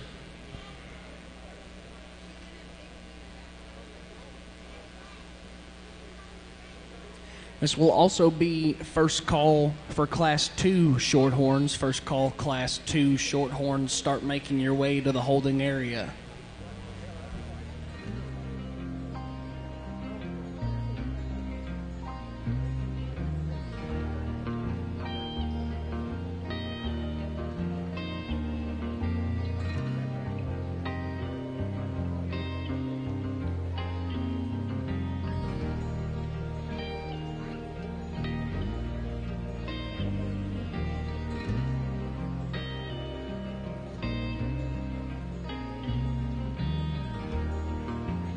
As it comes to close, it's just a three-header here in the Hereford show. I think we have some good quality in this class here, or in this breed. Lightweight steers, we talked about him for a lighter weight steer. That steer has got a big spread in his top. He's got a good thick end to him. He's a steer that is really tall and elevated his front as well, and he gets just a little bit different in his front, but I think he's for a lighter weight steer. He can handle it and goes on down the road. Really like this guy from the standpoint of muscle. I like him from the roundness of his rib and depth to his body. That heavyweight steer, they're really a long spine steer, but at the same time, there's a ton of product up in that steer, and then you get in behind that steer, study him from a standpoint of depth of his quarter. He's tremendous in that regard, really long and extended up to his front. We didn't say anything about this in class, but I do see it. I mean, I would refine him in his tail head. He's just a nickel courser in that, and it may be an implant in him, making him do that and that kind of thing. But, I see that in the steer. But, I tell my kids in a judging contest, never single trade an animal, because there's a lot of other things you can look at. And so we won't single trade and worry about that in the least bit, because that's your champion Hereford and a nice steer. Come back and use the lightweight for reserve. Congratulations.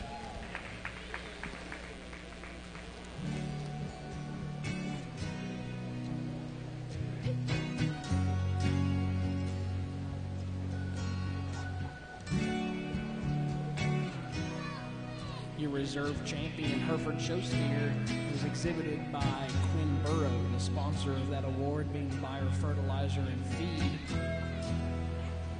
And your champion Hereford steer was exhibited by Cadence Werner, the sponsor of that award being Kenneth and Jay Tribes. Congratulations to those exhibitors, and thank you to our sponsors.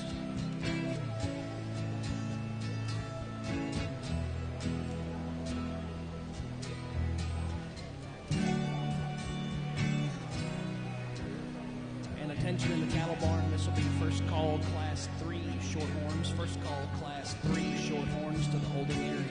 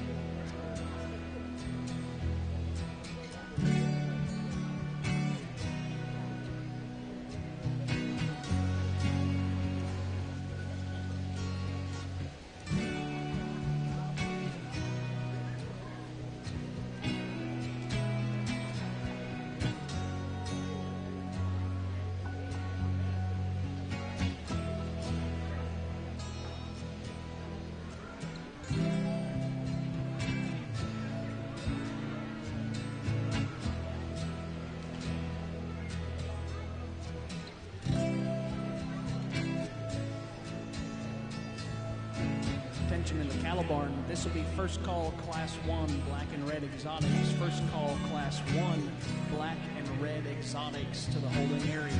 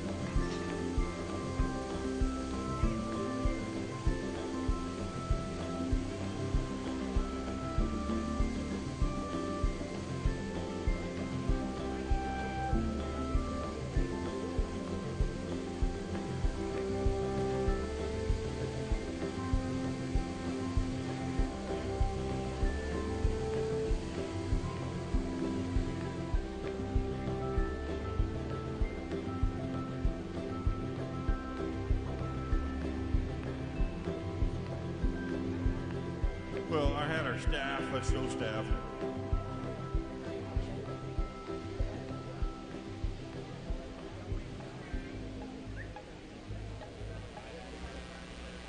I had our show staff bring all three of these out here. They're all class winners. We got a lightweight, a middleweight, and a heavyweight. It makes it so much easier from a judging perspective whenever you talk them and you've got something comparing them to and back and forth and that sort of thing. So I apologize if anybody doesn't like the format here, but these are all class winners, and we'll talk about each one of them as being a class winner, and then we'll pick a champion out of the lineup we got out here. One not wanting to cooperate here is the lightweight steer, and I asked the young lady, the steer is in that upper 9 range, what are we going to do with him? And she said, well, he's not wanting to get fat. And the reason he doesn't want to get fat because he's got a bad attitude about being a show calf, as you can see here. She's staying with him, and it's not her fault. I mean, that calf definitely is just a handful. And so, but that calf's pretty good. I mean, there's a lot of things in that steer that you can tie into from a muscle standpoint and a soundness, a skeleton standpoint. I like his foot size. I like his bone. I like his look. He's a good-bodied steer. He's a steer that's got plenty of spread, depth to his quarter as well, just like that Hereford steer a while ago. I like that about him. What you don't like about him is that when you put your hands on him, he's a little raw, just a nickel bearer to the touch than maybe he needs to be for a lighter weight steer. But he's so thick-haired and he's a thicker-hided steer that he'll give you a little bit of a deception of just how fat he is. The steer that comes out of the middleweight division, if we could change this guy anywhere, and I'll start with where I'll fix him at, it's at the surface. I give him a bigger foot and a bigger bone. If we got a little bit bigger foot and a little bit bigger bone, that's a pretty darn good animal there. Because you talk about one that's got a big, a massive top in him, that's a market-ready kind of steer that handles very well. It's got a good round rib in him. His flank is down there where it's supposed to be. He's a steer that's got plenty of muscle when you get in behind him. He looks like a market steer up through his front. He's not one that's really refined about his neck, but he's not a bad-fronted steer either. He's just got a nice market steer neck in him, good chest-forward kind of cattle. sound enough on his feet and legs. He isn't just bulletproof as he comes off those rear two. He wants to be up under himself just a nickel, and you fix that in that guy to make him flow and blend just a tad bit better on the go. But I do like a lot of things in that middleweight steer. Steer out of the heavyweight class, there's no doubt the steer that's the most product driven. He's a steer that's really wide and shapely out of his blade and back into his loin. He's really square, thick-ended steer. That guy's got a lot of bone in him, a lot of depth of body to him. He's the most mature of that three steers, there's no doubt, and probably just a steer that's maybe getting just a little bit past his prime as his chest floor is wanting to come out of him just a tad bit. He's wanting to open up into his front third there, but he doesn't move quite as athletic as probably as he once did in his more youthful days. So nice lineup of shorthorn steers. All of them are class winners. Champion is the middleweight steer. Lightweight steer is the reserve. Congratulations.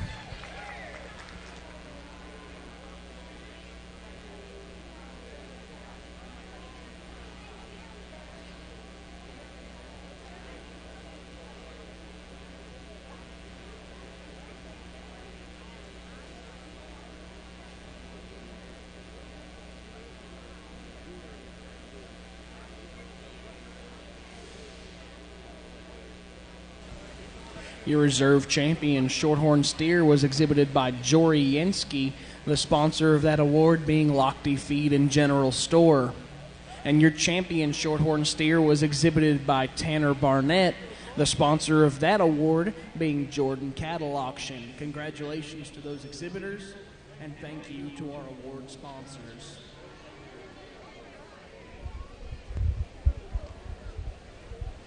Well, all right. Well, we're back in the trailer, and this time I'm with the man himself, Chip Bowers. This is your first time here, isn't it? First time in the trailer, yes, sir. Well, I've watched many times online, oh, yeah. So I'm really glad to get to finally step in and see where it all happens. So you're an online pro. Oh, yes. I meant your first time at a stock show. This is the first time you've been here, isn't it? Oh, yeah. Yeah. Definitely. That was actually a lead-in to this. How did you get involved in this? Did you grow up doing this? I mean, I did. How did all that work out? I didn't grow up here. I grew up in Dalhart, Texas, and had an extension agent and was very involved in 4-H, and that was my introduction into it. And showed pigs as a kid. Had opportunities to go to some of the majors with some families they're from Dalhart that did this more aggressively than my family did. So I had those great opportunities to go to El Paso, go to Houston, and experience the whole livestock industry in the state of Texas, which was a really great opportunity. So other people do this other than Gillespie County? Oh, most definitely, yes. It gets pretty big in a hurry, doesn't it? It's kind of funny. I heard a guy talk about this one time at a state 4-H convention, and he was talking about the original crux to this whole project, which was to allow someone an opportunity as a child to invest money into something and then have to spend that money to feed and fulfill the project, and at the end they get to sell it, and it's a business opportunity for them to learn at a minimal risk type effort. Yeah, I would imagine you could. I mean, no matter where you start, even if it's poultry, definitely, or all the way up to steers, whatever, it's a low risk because the reward at the end is so great. I mean, the time with families, one, yes. But then you've got the financial piece. Just about everything you invest, you get back at the sale. So and then everything you learn in between. Yes, and so we're raising great kids. They're learning to have to take care of things other than themselves and have responsibility. And in the end, we have a great community that comes and helps support them at the sale and allow them to do this and allow these ag teachers and extension agents to grow these programs into what they've grown into. And honestly, in the state of Texas, it's huge. Yeah, I think just not. What is it? Just a week or two. There's the grandstand, the Hill Country, and then I know Hays County's doing this. Yes, this is the time. Many counties right now doing their county stock shows, and then we'll have the grandstand, which is a district show that 22 counties can come to. Gosh. And then we'll move into the majors of Fort Worth, San Angelo, San Antonio, Houston, Austin. It seems like the Gillespie County community loves to encourage the kids in what they're doing and what they're learning. Definitely. Our community, we're just so blessed to have as many people support this program as what they do. And and the kids benefit greatly from it. Yesterday we were watching, I believe what was the afternoon? It was goats, maybe? Lambs were in the afternoon. Okay, lambs in the afternoon. And I looked, and in the background were several of the buyers that I saw from last year hanging out over the fence watching the kids do their thing. And it was good to see. They're not just there tomorrow at the sale, but they're here watching the kids. Actively involved in watching these kids do what they do, yes. Looking at their investment. No doubt. Yeah. No doubt. Yeah. And not just the four-legged kind, but also the two-legged kind of investment.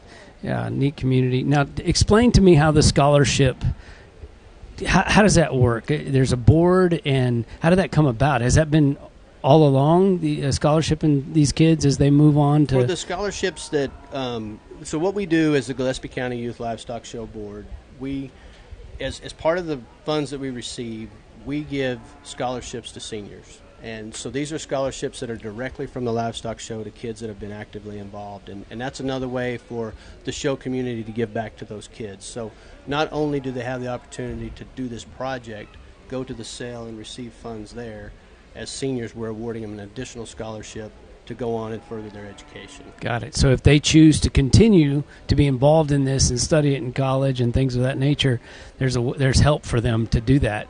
Definitely. Yeah. And I've had two of my kids go on to Texas A&M, both judge on the livestock judging team for Texas A&M. One of them's actively involved in Mason, Texas, in the stock show industry.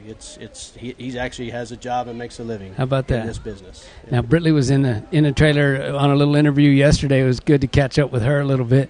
She said she's got a little bit of college left yet, but this is definitely what she enjoys doing.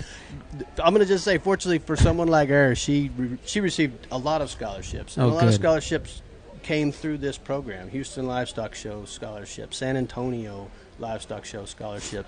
So, this is a great opportunity for these kids. And when they get to be that senior, to list those things that they've done as in part of these, and like giving back and helping with, her in the stock show, helping out, even when she's in high school, even coming back and doing it as she's in college.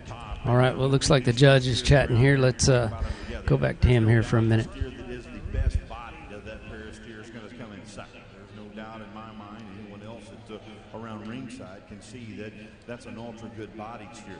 But from a standpoint of some muscle in a steer and having a big top spread in him and really square his end, I like this red bald-faced steer just a skosh better. He's not as soft in his center body, but I think he's got enough center rib to him. There's no doubt that's the deepest loin to that pair of steers. And you get up on them and you handle those guys right out of their blades. This guy here smokes them just in terms of pure top shape. The young man told me he weighs 1,002 pounds, and I told him 995 of it's right there in his ribeye, because that guy is tremendous in that shape. And so as we go on, he's got enough skeleton in him. He's got enough soundness and integrity about his skeleton to make a really good kind of market steer. I don't know. We show him in Fort Worth or whatever. He's got decent hair, but he's not great haired. But I think that makes a good steer wherever you take him. And there's no doubt he's got enough muscle shape to be a good slick steer. At the stand, I really like him up through his front third as well. I mean, brings his neck off the top side of his shoulder. That guy is really good about his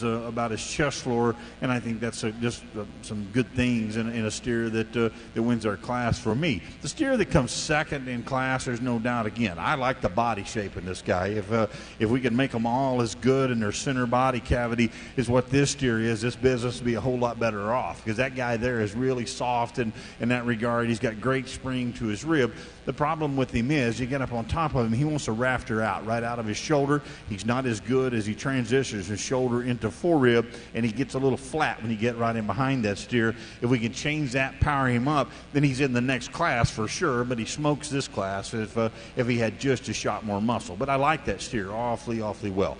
The steer that comes third in class here, steer that in terms of just harvestability, he's probably the steer that's the most market ready we got out here. You can see him predisposed to just a little bit more brisket than the other steers we got out here, and that becomes his enemy out here in this class because he wants to get his weight a little more tilted to the front side of his body. He doesn't distribute as evenly and as balanced back through his center and his rear third as the two steers that precede him in class. He's a little chuffier about his front third. He's a little thicker about his neck. But that steer's got plenty of muscle in him down his top and through his hip. And again, as I said, from a market standpoint, he's a steer that's there and market ready. But again, we need to make them bigger in their kind if we're going to have them that market ready at this stage of their life. The most immature steer of the class is the little 900-pound black steer that's going to close our lineup. This guy here is furry and he's sound in his skeleton. He's a big-legged kind of steer with plenty of foot size to him. He's a prospecty-looking steer out here in this market class, but he's got some good things that you can tie into in this steer. He's just a little bit raw today to go up any higher in our class. But nice class of steers. That's a challenging pair there at the top, but I think we use the most muscular steer to win the class. And so congratulations to all these kids in the class. Give them a nice hand.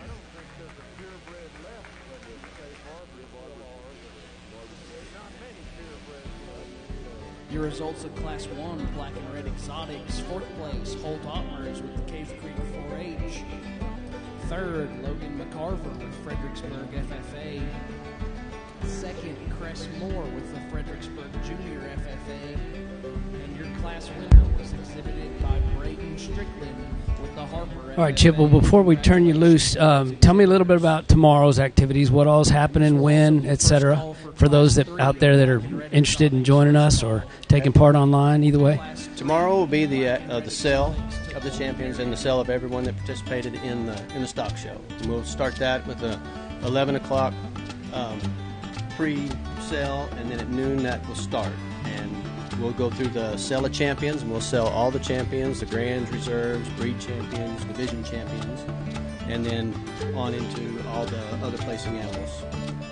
And so if there's anyone out there who would like to support any of the youth, we do have opportunities for that. You can attend the sale, bid in live. That would be great. We would love to have you. We'll have an after-sale dinner that will feed you. You can also do add-ons onto any kid that you would choose. And if you're at the sale, you can come into the office. You can specifically ask for an add-on form and fill that out, and for an amount of any of your choosing. And then we can also do that via email. So you can find us on Facebook at the Gillespie County Youth Livestock Show. And there's a link on there for an email address. You could send an email in and request an add-on form. Or you can just directly email GillespieCountyYouth@gmail.com. GillespieCountyYouth@gmail.com. And what was that Facebook reference again? The Facebook page is Gillespie County Youth Livestock Show. Easy enough. Well, Chip, thanks for joining us in the trailer. Appreciate the info, and congrats to your kids. They've been tearing it up for not just yesterday, but for years. We have been very blessed and really enjoyed doing it. That's been kind of a theme of all of our interviews, is how family-oriented this thing is, and you guys exemplify that. So we appreciate it. Thanks for stopping in and taking some time for us. Thanks for doing it for us, Paige. You bet. Glad to be online. Me too.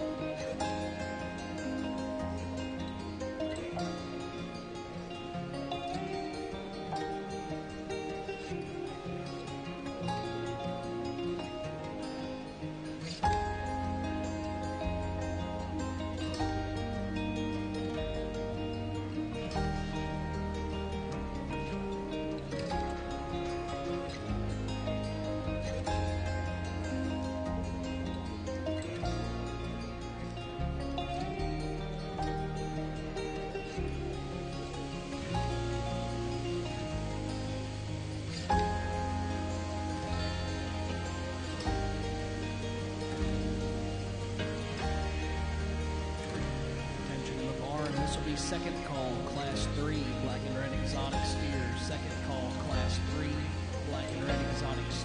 the holding area.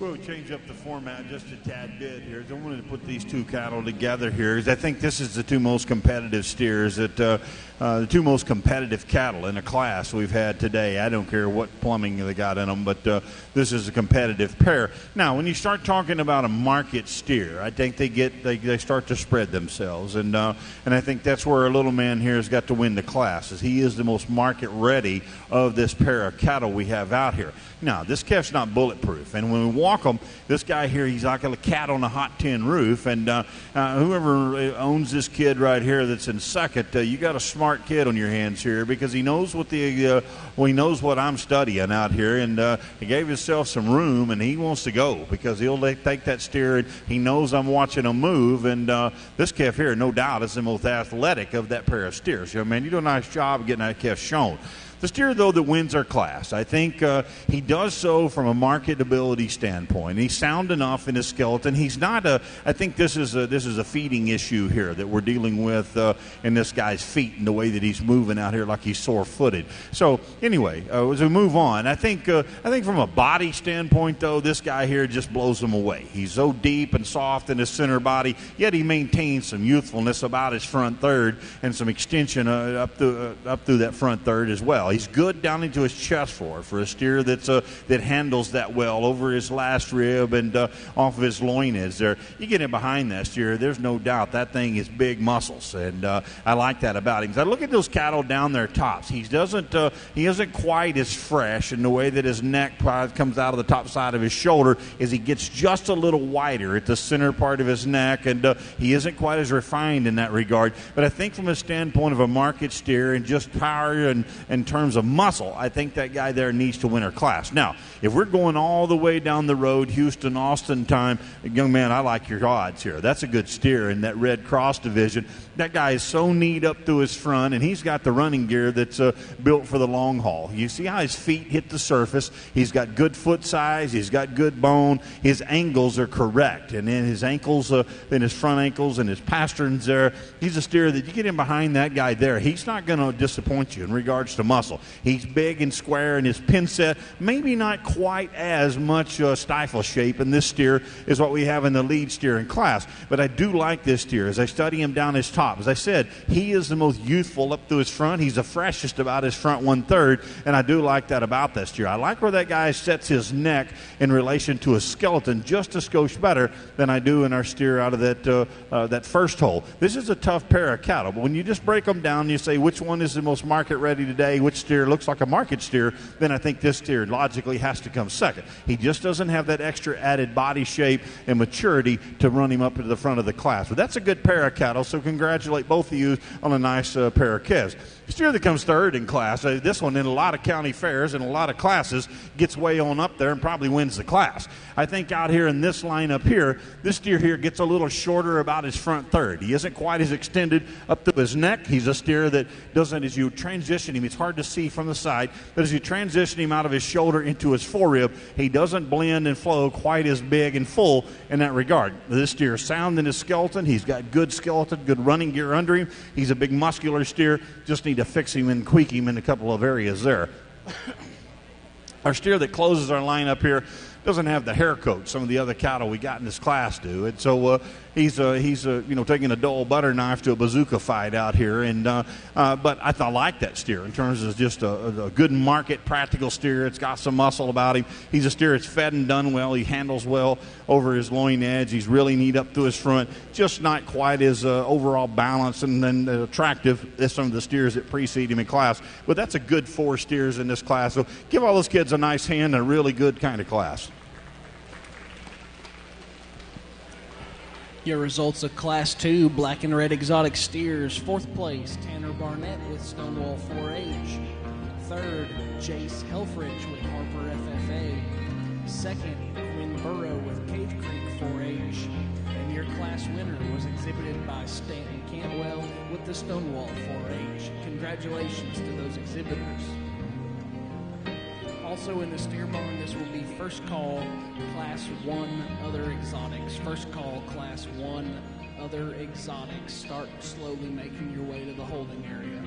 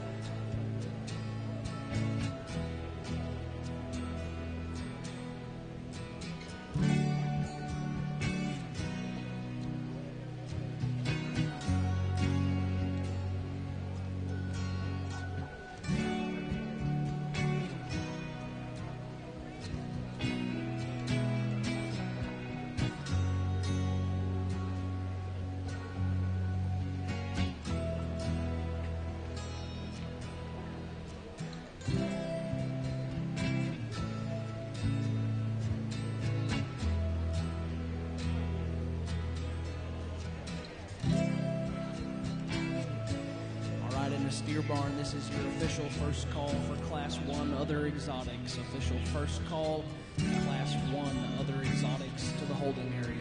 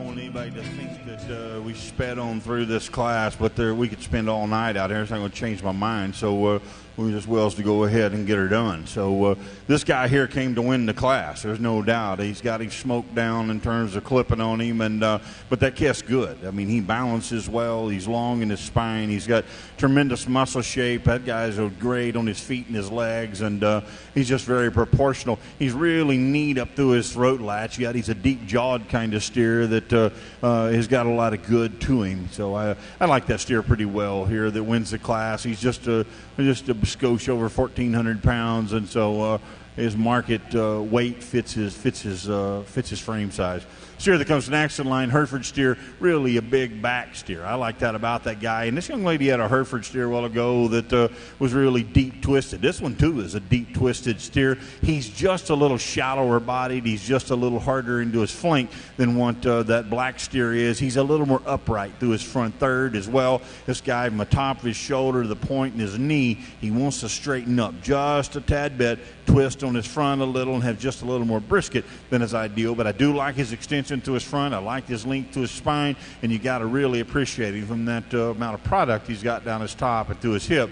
Just not quite as put together, as neat and as nice as my lead steer class winner. Steer that comes third in class. He's a big-bodied kind of cattle. He's one that's sound enough on his feet and legs. He's a steer that you get up on this steer, he gets a little flatter in his forerib, a little flat in his rib in general, and then you get up on top of him. He doesn't open up with quite as much spread and shape from out of his blade and back into his hip of the cattle that precede him in class. But just from a standpoint of a good feeding kind of practical steer that's good bodied, you got to like that steer as well. So congratulations to all of you in this class. That's a real nice black steer there at the top. Give them all a nice hand.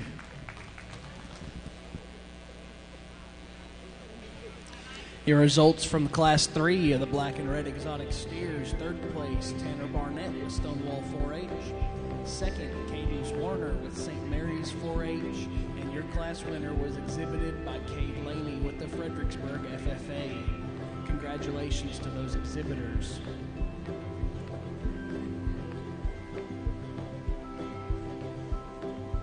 As our first and second place Black and Red Exotics come back into the ring, this will be second call for Class 1 Other Exotics. Second call, Class 1 Other Exotics to the holding area.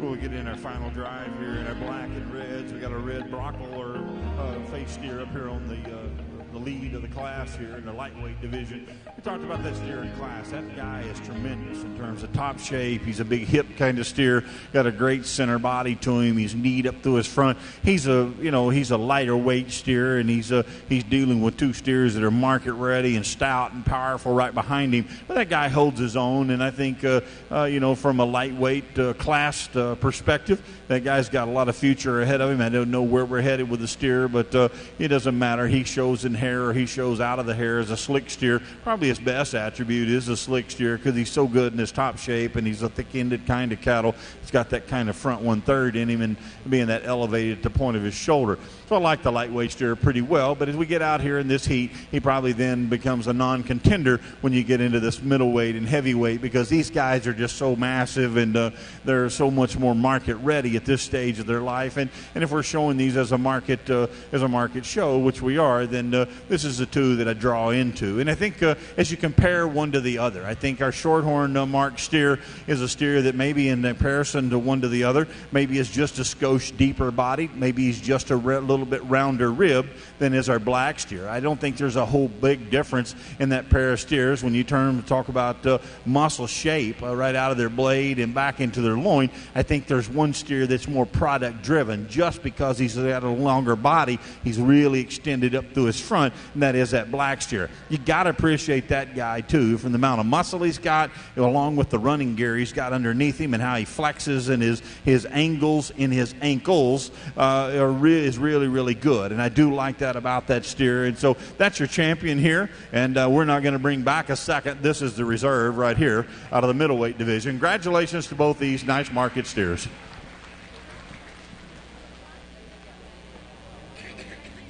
Your reserve champion, black and red exotic steer, was exhibited by Stanton Cantwell of the Stonewall 4-H. And the sponsor for that award were Ronnie and Sandra Ottmers. And your champion, black and red exotic steer, was exhibited by Kay Laney, the sponsor for that award being Brad Cott of Cott Live Oaks Incorporated. Congratulations to those exhibitors, and thank you to our award sponsors.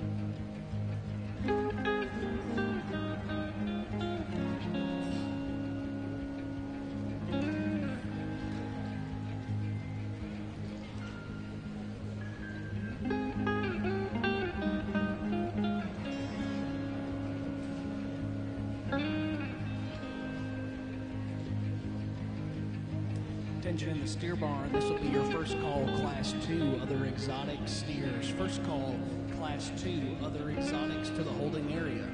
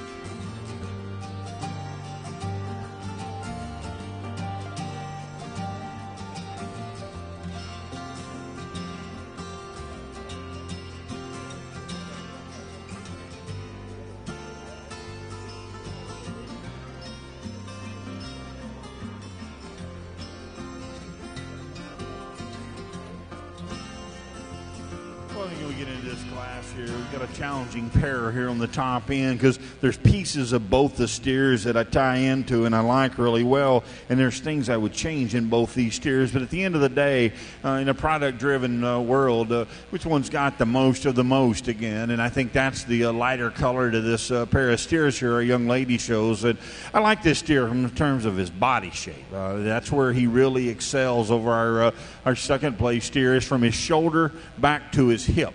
And I'm talking about to his hook bone there at the back of his loin. I think that guy excels in that regard because he got a really great round rib. We haven't had a steer all day long that's probably as good ribbed as what this steer is here, and I do like that about the steer. Now, are there some things you fix in that steer? Yes, and I think he's acceptable up through his front 1/3. He's a little thicker about the top side of his neck there, but I think he's acceptable in that regard because he transitions well into his throat and down into his chest for. He gets a little rounder out the point of his shoulder, and usually when they're rounder out the point of their shoulder, they're rounder out of their hip, and this guy rounds out of his hip just a tad, and I'd change him in that regard, and I'd relax his tail head, maybe refine his tail head. And I picked on one of hers earlier and a little bit more coarse in his tail head design, and this guy too is just a nickel coarse in that regard, and I see that in that. So if you don't like that in the steer, I'd change it as well. But I think just in terms of muscle shape, rib shape, this guy's got the most, and there's no doubt in my mind, as I study that pair, I like him better in terms of skeleton as opposed to my second place steer. That's really tall and elevated at his front, but again, that starts to work to his disadvantage because he's so elevated at his front and he lines up there in his front third, he wants to twist out just a tad bit. Where we need to fix this guy, young man, is right off his loin edge. He gets a little flat, he gets a little hard. We need to spring his rib out, give him just a shot more turn and shape, and that gives him more feed and doability. You get him behind that steer, he flattens up just a tad bit in regards to his quarter as opposed to our lead steer in class. But from a standpoint of a steer that's youthful up through his front, that's got the extension, I like him down his top, I like his levelness of his hip, I like a lot of things about that steer. I wish I could combine that pair of steers there, and then we got one that's bulletproof to win our class. Steer that comes to the close of the class is just a little bit quick in his maturity pattern. He wants to run downhill just a tad. We need to fix him in that regard. He's a steer that's at a 900-pound range, and he's already laid on quite a bit of condition at this stage. This is one of those cattle. We got to get them bigger in their kind. You got to appreciate him from a depth of body and a softness, but the standpoint of just some more grow to them, we got to get them bigger in their kind. Nice class of steers, a challenging sort there, but I think we get them right in the end. Give them a nice hand. Your results of Class 1, Other Exotics, third place, Braylon Jacoby with the Fredericksburg Junior FFA, second, Quinn Burrow with the Cave Creek 4-H, and your class winner was exhibited by Cadence Warner with the St. Mary's 4-H. Congratulations to those exhibitors. And in the steer barn, this will be your first call for Class 3, Other Exotics. First call, Class 3, Other Exotics to the holding area.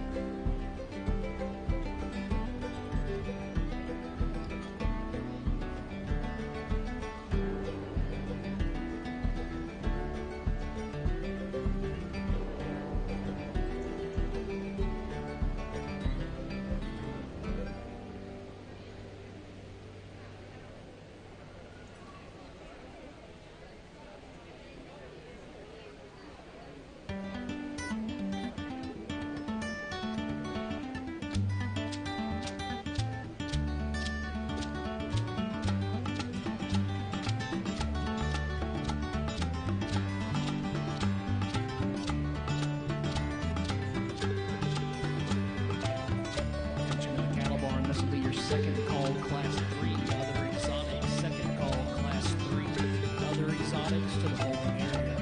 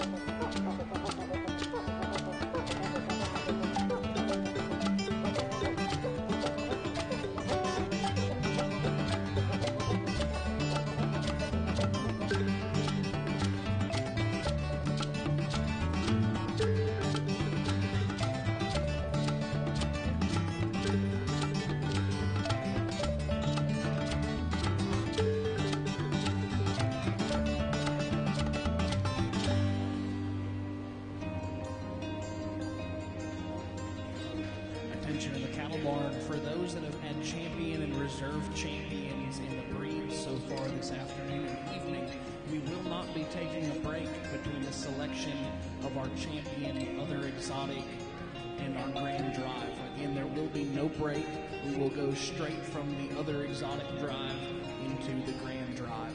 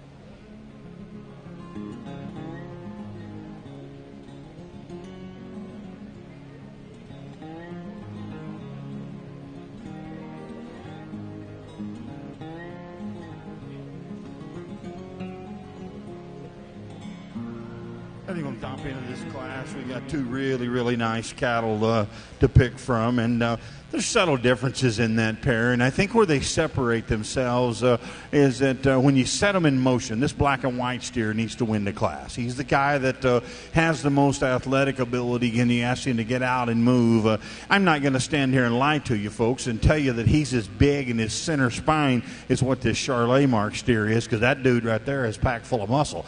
But I think when you get him on the side view profile and you compare this pair of cattle, this black and white steer is so tall at the point of his shoulder, brings his neck out the top side of his shoulder. I've talked this all day long, and so we're going to stick in that pattern. And I like that balanced look that guy gives me from the side view profile. I like this depth to his jaw and his refinement to his neck. I like him in his chest floor to his center body. He's a steer that's got enough muscle, and you get in behind him. He's not the biggest backed of that pair of cattle. He's not the biggest ended of that pair of cattle. But what is enough? And I think that guy has plenty. When you watch him go away from you, though, he probably tracks away with just a little bit more width at his base as opposed to my Charolais steer there that's going to come second. Now, this Charolais steer, as I said, at the stand, I really like this guy in regards to muscle.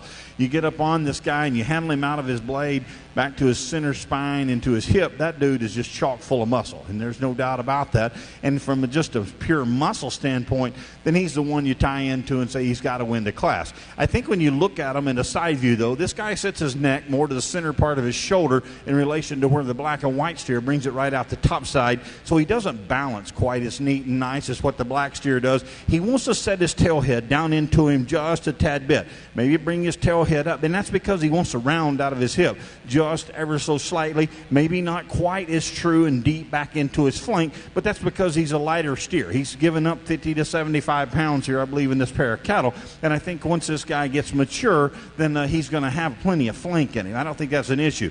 Where I need to fix this guy, as I said, when I set him in motion, he again is one of those that's like a cat on a hot tin roof. He really doesn't want to pick him up and put him down. Maybe wants to put his weight on his outside hoof wall just ever so slightly, as I watched him come around that last curve there as we came over here to make our final comments. So nice pair of cattle. That's what I see in the pair of cattle here, and I really lie. I'm not making excuses for this class winner, because that's a darn good calf, young lady. Be glad you own that thing. So someday your parents will be real glad. That's a nice steer. Young man with our second place steer, that's a good calf as well.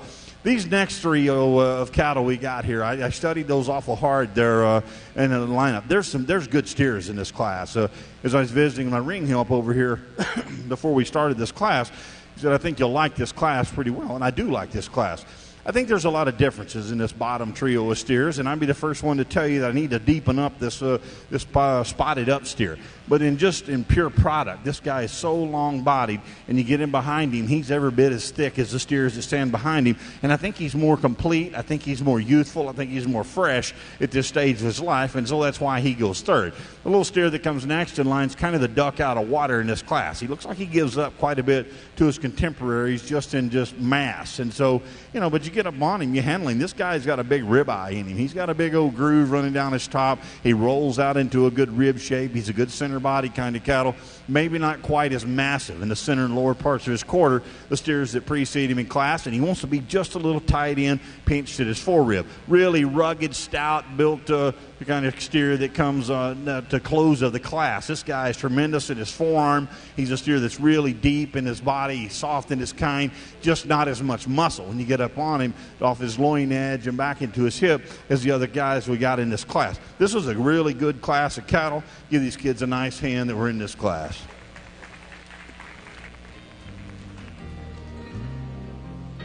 Your results of Class 2 other exotics. 5th, Kaiser Ottmers with DOS 4H. 4th, James Yenski with the Fredericksburg FFA. 3rd, Strand Moore, also with the Fredericksburg FFA. 2nd place, Cade Laney, also a member of the Fredericksburg FFA. And your class winner was exhibited by Miss Lena Ottmers of the DOS 4H Club. Congratulations to those exhibitors. As our final class of other exotic steers rolls into the ring, this is going to be first call for champions and reserves throughout the evening. Again, first call for all champion and reserve champion calves throughout the evening.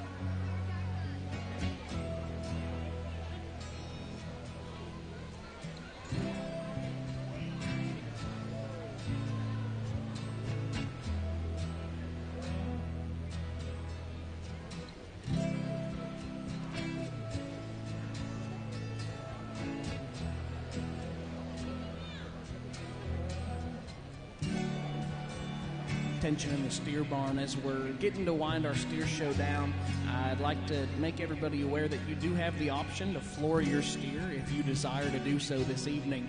The floor price for market steers today will be $1.30 a pound. Again, $1.30 a pound for market steer floor price today. If you do wish to floor your animal, just get in contact with Mr. Clark Behrens, and he will get you taken care of.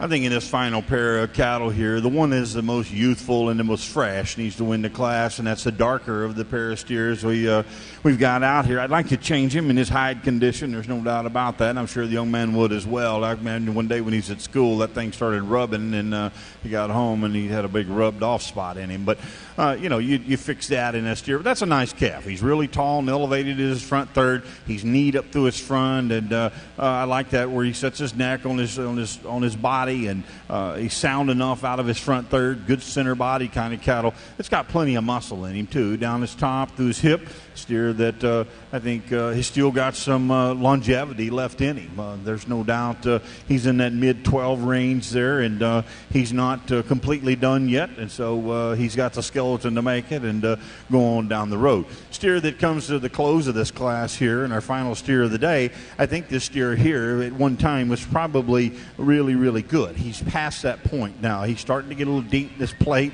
He wants to open up about his front third. He's just a little softer to the touch than what is ideal. And they're giving up about 150 pounds difference, I think it was, they said, here in this pair of cattle. But this guy here, that's not why he's there. You can see he doesn't balance as well. His weight's more distributed to the front side of his body. He has some muscle up high, and he's got some muscle to get it behind him, and I appreciate him from a soundness, a skeleton standpoint. Just the better days are gone for this show steer here, and so that young man does a nice job in getting him shown as well. But congratulations to you. That's a nice class of steers there. Give those young men a nice hand.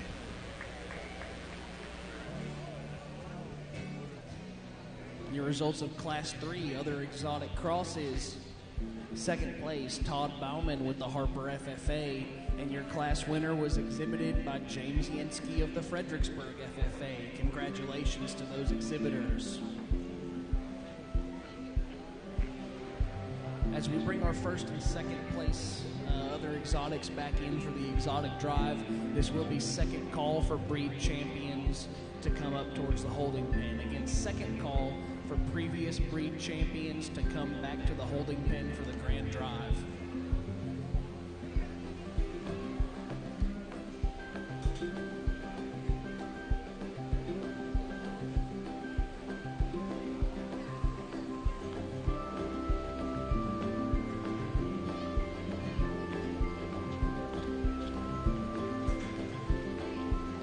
Come to our final division drive here. A nice set of cattle that were in this division here, and we had some quality that ran deep in classes here. These are the three that we finally sort out to be your respective class winners, and I think they're nice cattle. The steer that out of that lightweight class there, I'll say this again, young lady, when I said to the start of the class, we hadn't seen a steer all day that is good ribbed, and we finished up the day, still didn't see a steer that's as good ribbed as what your steer is. I do like that steer in his center body. I like how he arcs his rib right out the top side of his spine there. He's a steer that has got plenty of muscle in him. Gets a little rounder on both ends of his skeleton, a little coarser in his tailhead. You fix those things, and that's still a competitive lightweight steer, and he'll get along somewhere and get a dot somewhere down the road. Black and white steer that comes next in line.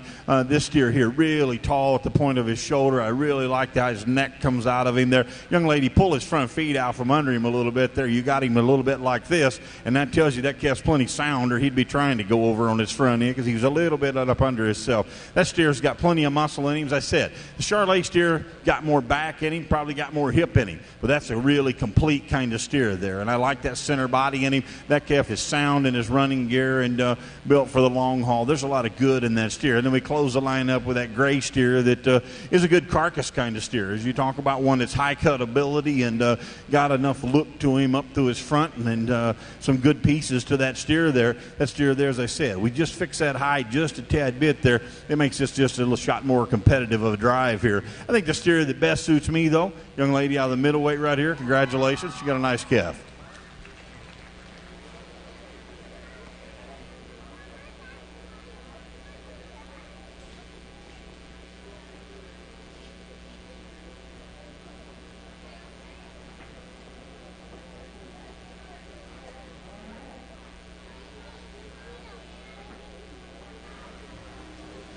We bring in that second place steer out of that class there. As we talked about that steering class, just tremendous in regards to muscle through his top and out of his hip. Maybe just a skosh rounder out of his hip, but you got to appreciate how flat he stays at his shoulder, how elevated he is at the top of his shoulder and extended up through his front in relation to his contemporaries out here. I think it's a bit closer in this lineup here, but I do like, if you look at the body of the cattle we have out here, this calf here has got the body shape, he's got the mass to him. He's your reserve champion. Congratulations, young man.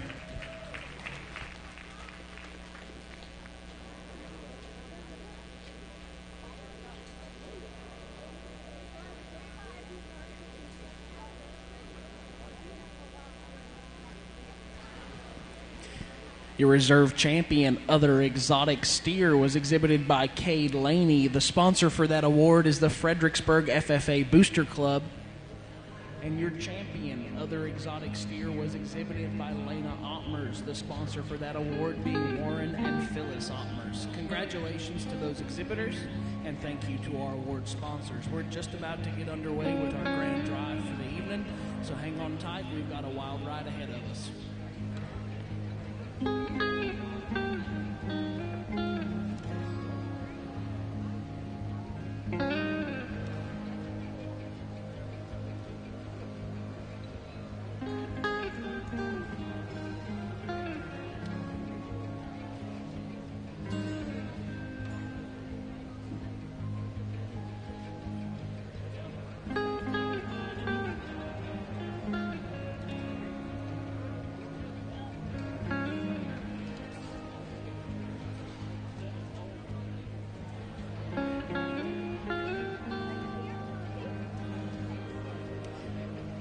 Attention to the steer barn. Another call. We need your champion. We need your breed champion steers to the holding area. This is your third call. Breed champion steers. We need you at the holding area immediately.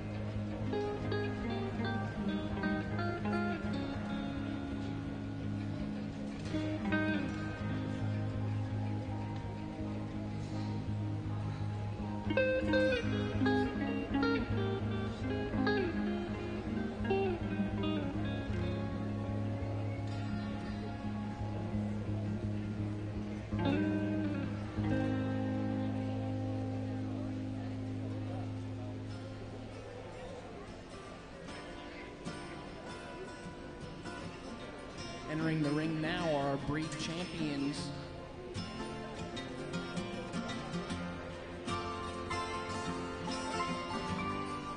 Your champion American Cross Steer exhibited by Garrison Ottmers. Your champion Angus Steer exhibited by Stanton Cantwell. Champion Hereford Steer exhibited by Cadence Warner.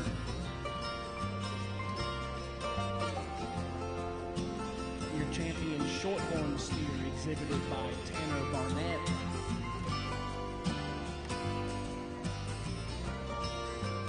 Your champion Black Exotic Cross exhibited by Cade Laney.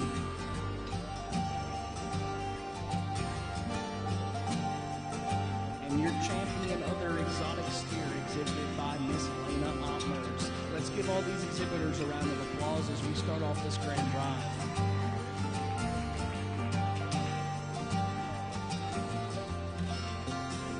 And as we start the decision-making process, I'd like to also give another shout-out to our judge, Mr. Wade Shackelford, who has been teaching ag science for 34 years and is teaching at Prosper ISD at the moment.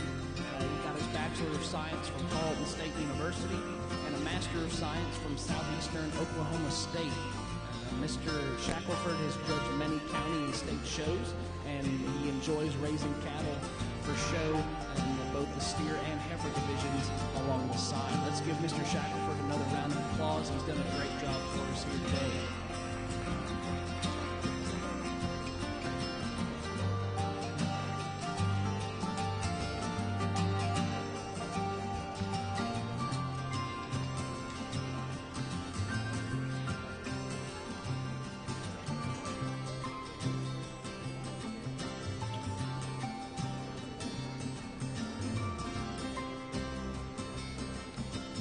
Well, as we come to the close of the day, I want to say, first of all, it's a real pleasure for me to be down here in the Hill Country and judge your county fair. My county fair always fell on top of this one, and back when Bill Botard was the county agent here, he called me one time and asked me if I could judge the county show here, and I really wanted to, but it was the same time as my county, and as fate would have it, over the years, we lost our reason why we always had to have our show this weekend, because Fort Worth Brahman show and the Open show, and anyway, that guy's kids finally all graduated, so we could move our show to next week, and so it freed me up to where I could come down and judge the show, and it's been a real pleasure. I know this county is very steeped in tradition, and you've got some really good cattle come out of this county, no doubt, and some pigs. I remember I was thinking back earlier, I was visiting with a good friend of mine, Ernie Eckert, and Ernie and I were talking. I think the last time I was in this barn was at a Fredericksburg pig sale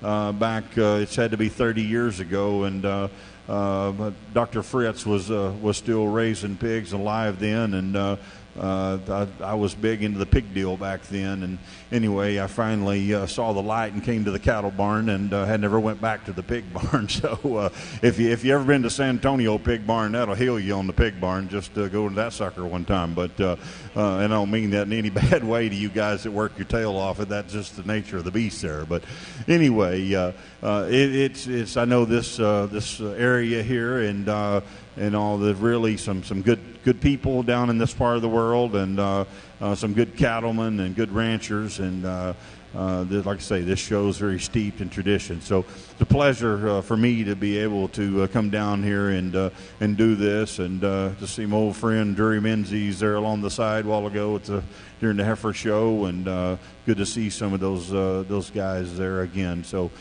anyway, thanks for having me. As we come to the close of the day, I want to say this, is that when I judge a show, I do the very best I possibly can, and I spend as much time as I can with the kids as we can, but still move along at a fairly steady pace. And so I don't want anybody to think that I didn't see your animal, or I didn't find something that positive about your animal. I tell my kids all the time when I train a 4-H team, you're talking reasons, you always say something good, even about that last animal in that class, because there's something good about him. And so we try to do that for sure from my perspective, and make it about the kids. This is the county fair level, and we need to keep things in perspective, and don't bust through them so fast that everybody's wondering what happened after the show was over with. So anyway, my wife says I spend too much time talking on the microphone. I know a lot of you agree with that, but I'm passionate about what I do, and I'm passionate about the profession. I've done it for 34 years, and this is the final year. I'm going to retire after this year as an ag science teacher. I'm still going to be involved in this industry because kids and cattle, that's in my heart, and I'm going to always keep it that way until I take my last breath. So thank you for having me, and you kids, thank you for your courtesy and your showmanship ability. I judge a lot of county shows, and I see some bad showmanship, there's no doubt about it, but this county here does a really good job. And thank you to my ring help. As I was talking earlier, the guy that's got the most thankless job out here is running the poop scoop over there, and he's got the most important job whenever I'm judging the show, because give him a nice hand. Yeah. Yeah, he says he just wants to stay out of the way, but I'm telling you, he can get in my way, because I cannot stand stepping in that and when I'm trying to judge a show. So I appreciate you for that. So thank you to everybody out here. I'm not going to go back and talk about every one of these cattle. You've heard me describe them, and I hope you understand why I did what I did. I think muscle is important, yes, but I don't think it's the only thing we have. I think skeleton is important. I don't think it's the only thing we have. I think you need to be acceptable in that regard. I think they need to have some look about them for a show steer. This is still an old-fashioned steer show, because they still have hair on them, and we still clip them down and that sort of thing, and I appreciate you for that. And in doing that, my show next week, we still do the same thing in my county, and I know a lot of them have gone to slick, but appreciate that, because it is nothing any more rewarding for a kid than to spend that time grooming on that calf and that sort of thing. Take them to the show, and like this young lady over here a while ago with a black and white steer, she sees the fruits of her labor. She won, and so she's teary-eyed after she wins that division, and that's what it's all about from a project perspective, is that the cattle are the tool. We raise the kids in the barn. I raised 2 boys there. I couldn't tell you any better place to raise kids than what you're doing right here. So hats off to you. I'm not going to say any more. I'm not going to bring in reserves, because my grand and my reserve are right down here at the end of the ring. Y'all want to know which one it is? Which one do you think it is? It's you. Congratulations. Young lady will be reserved.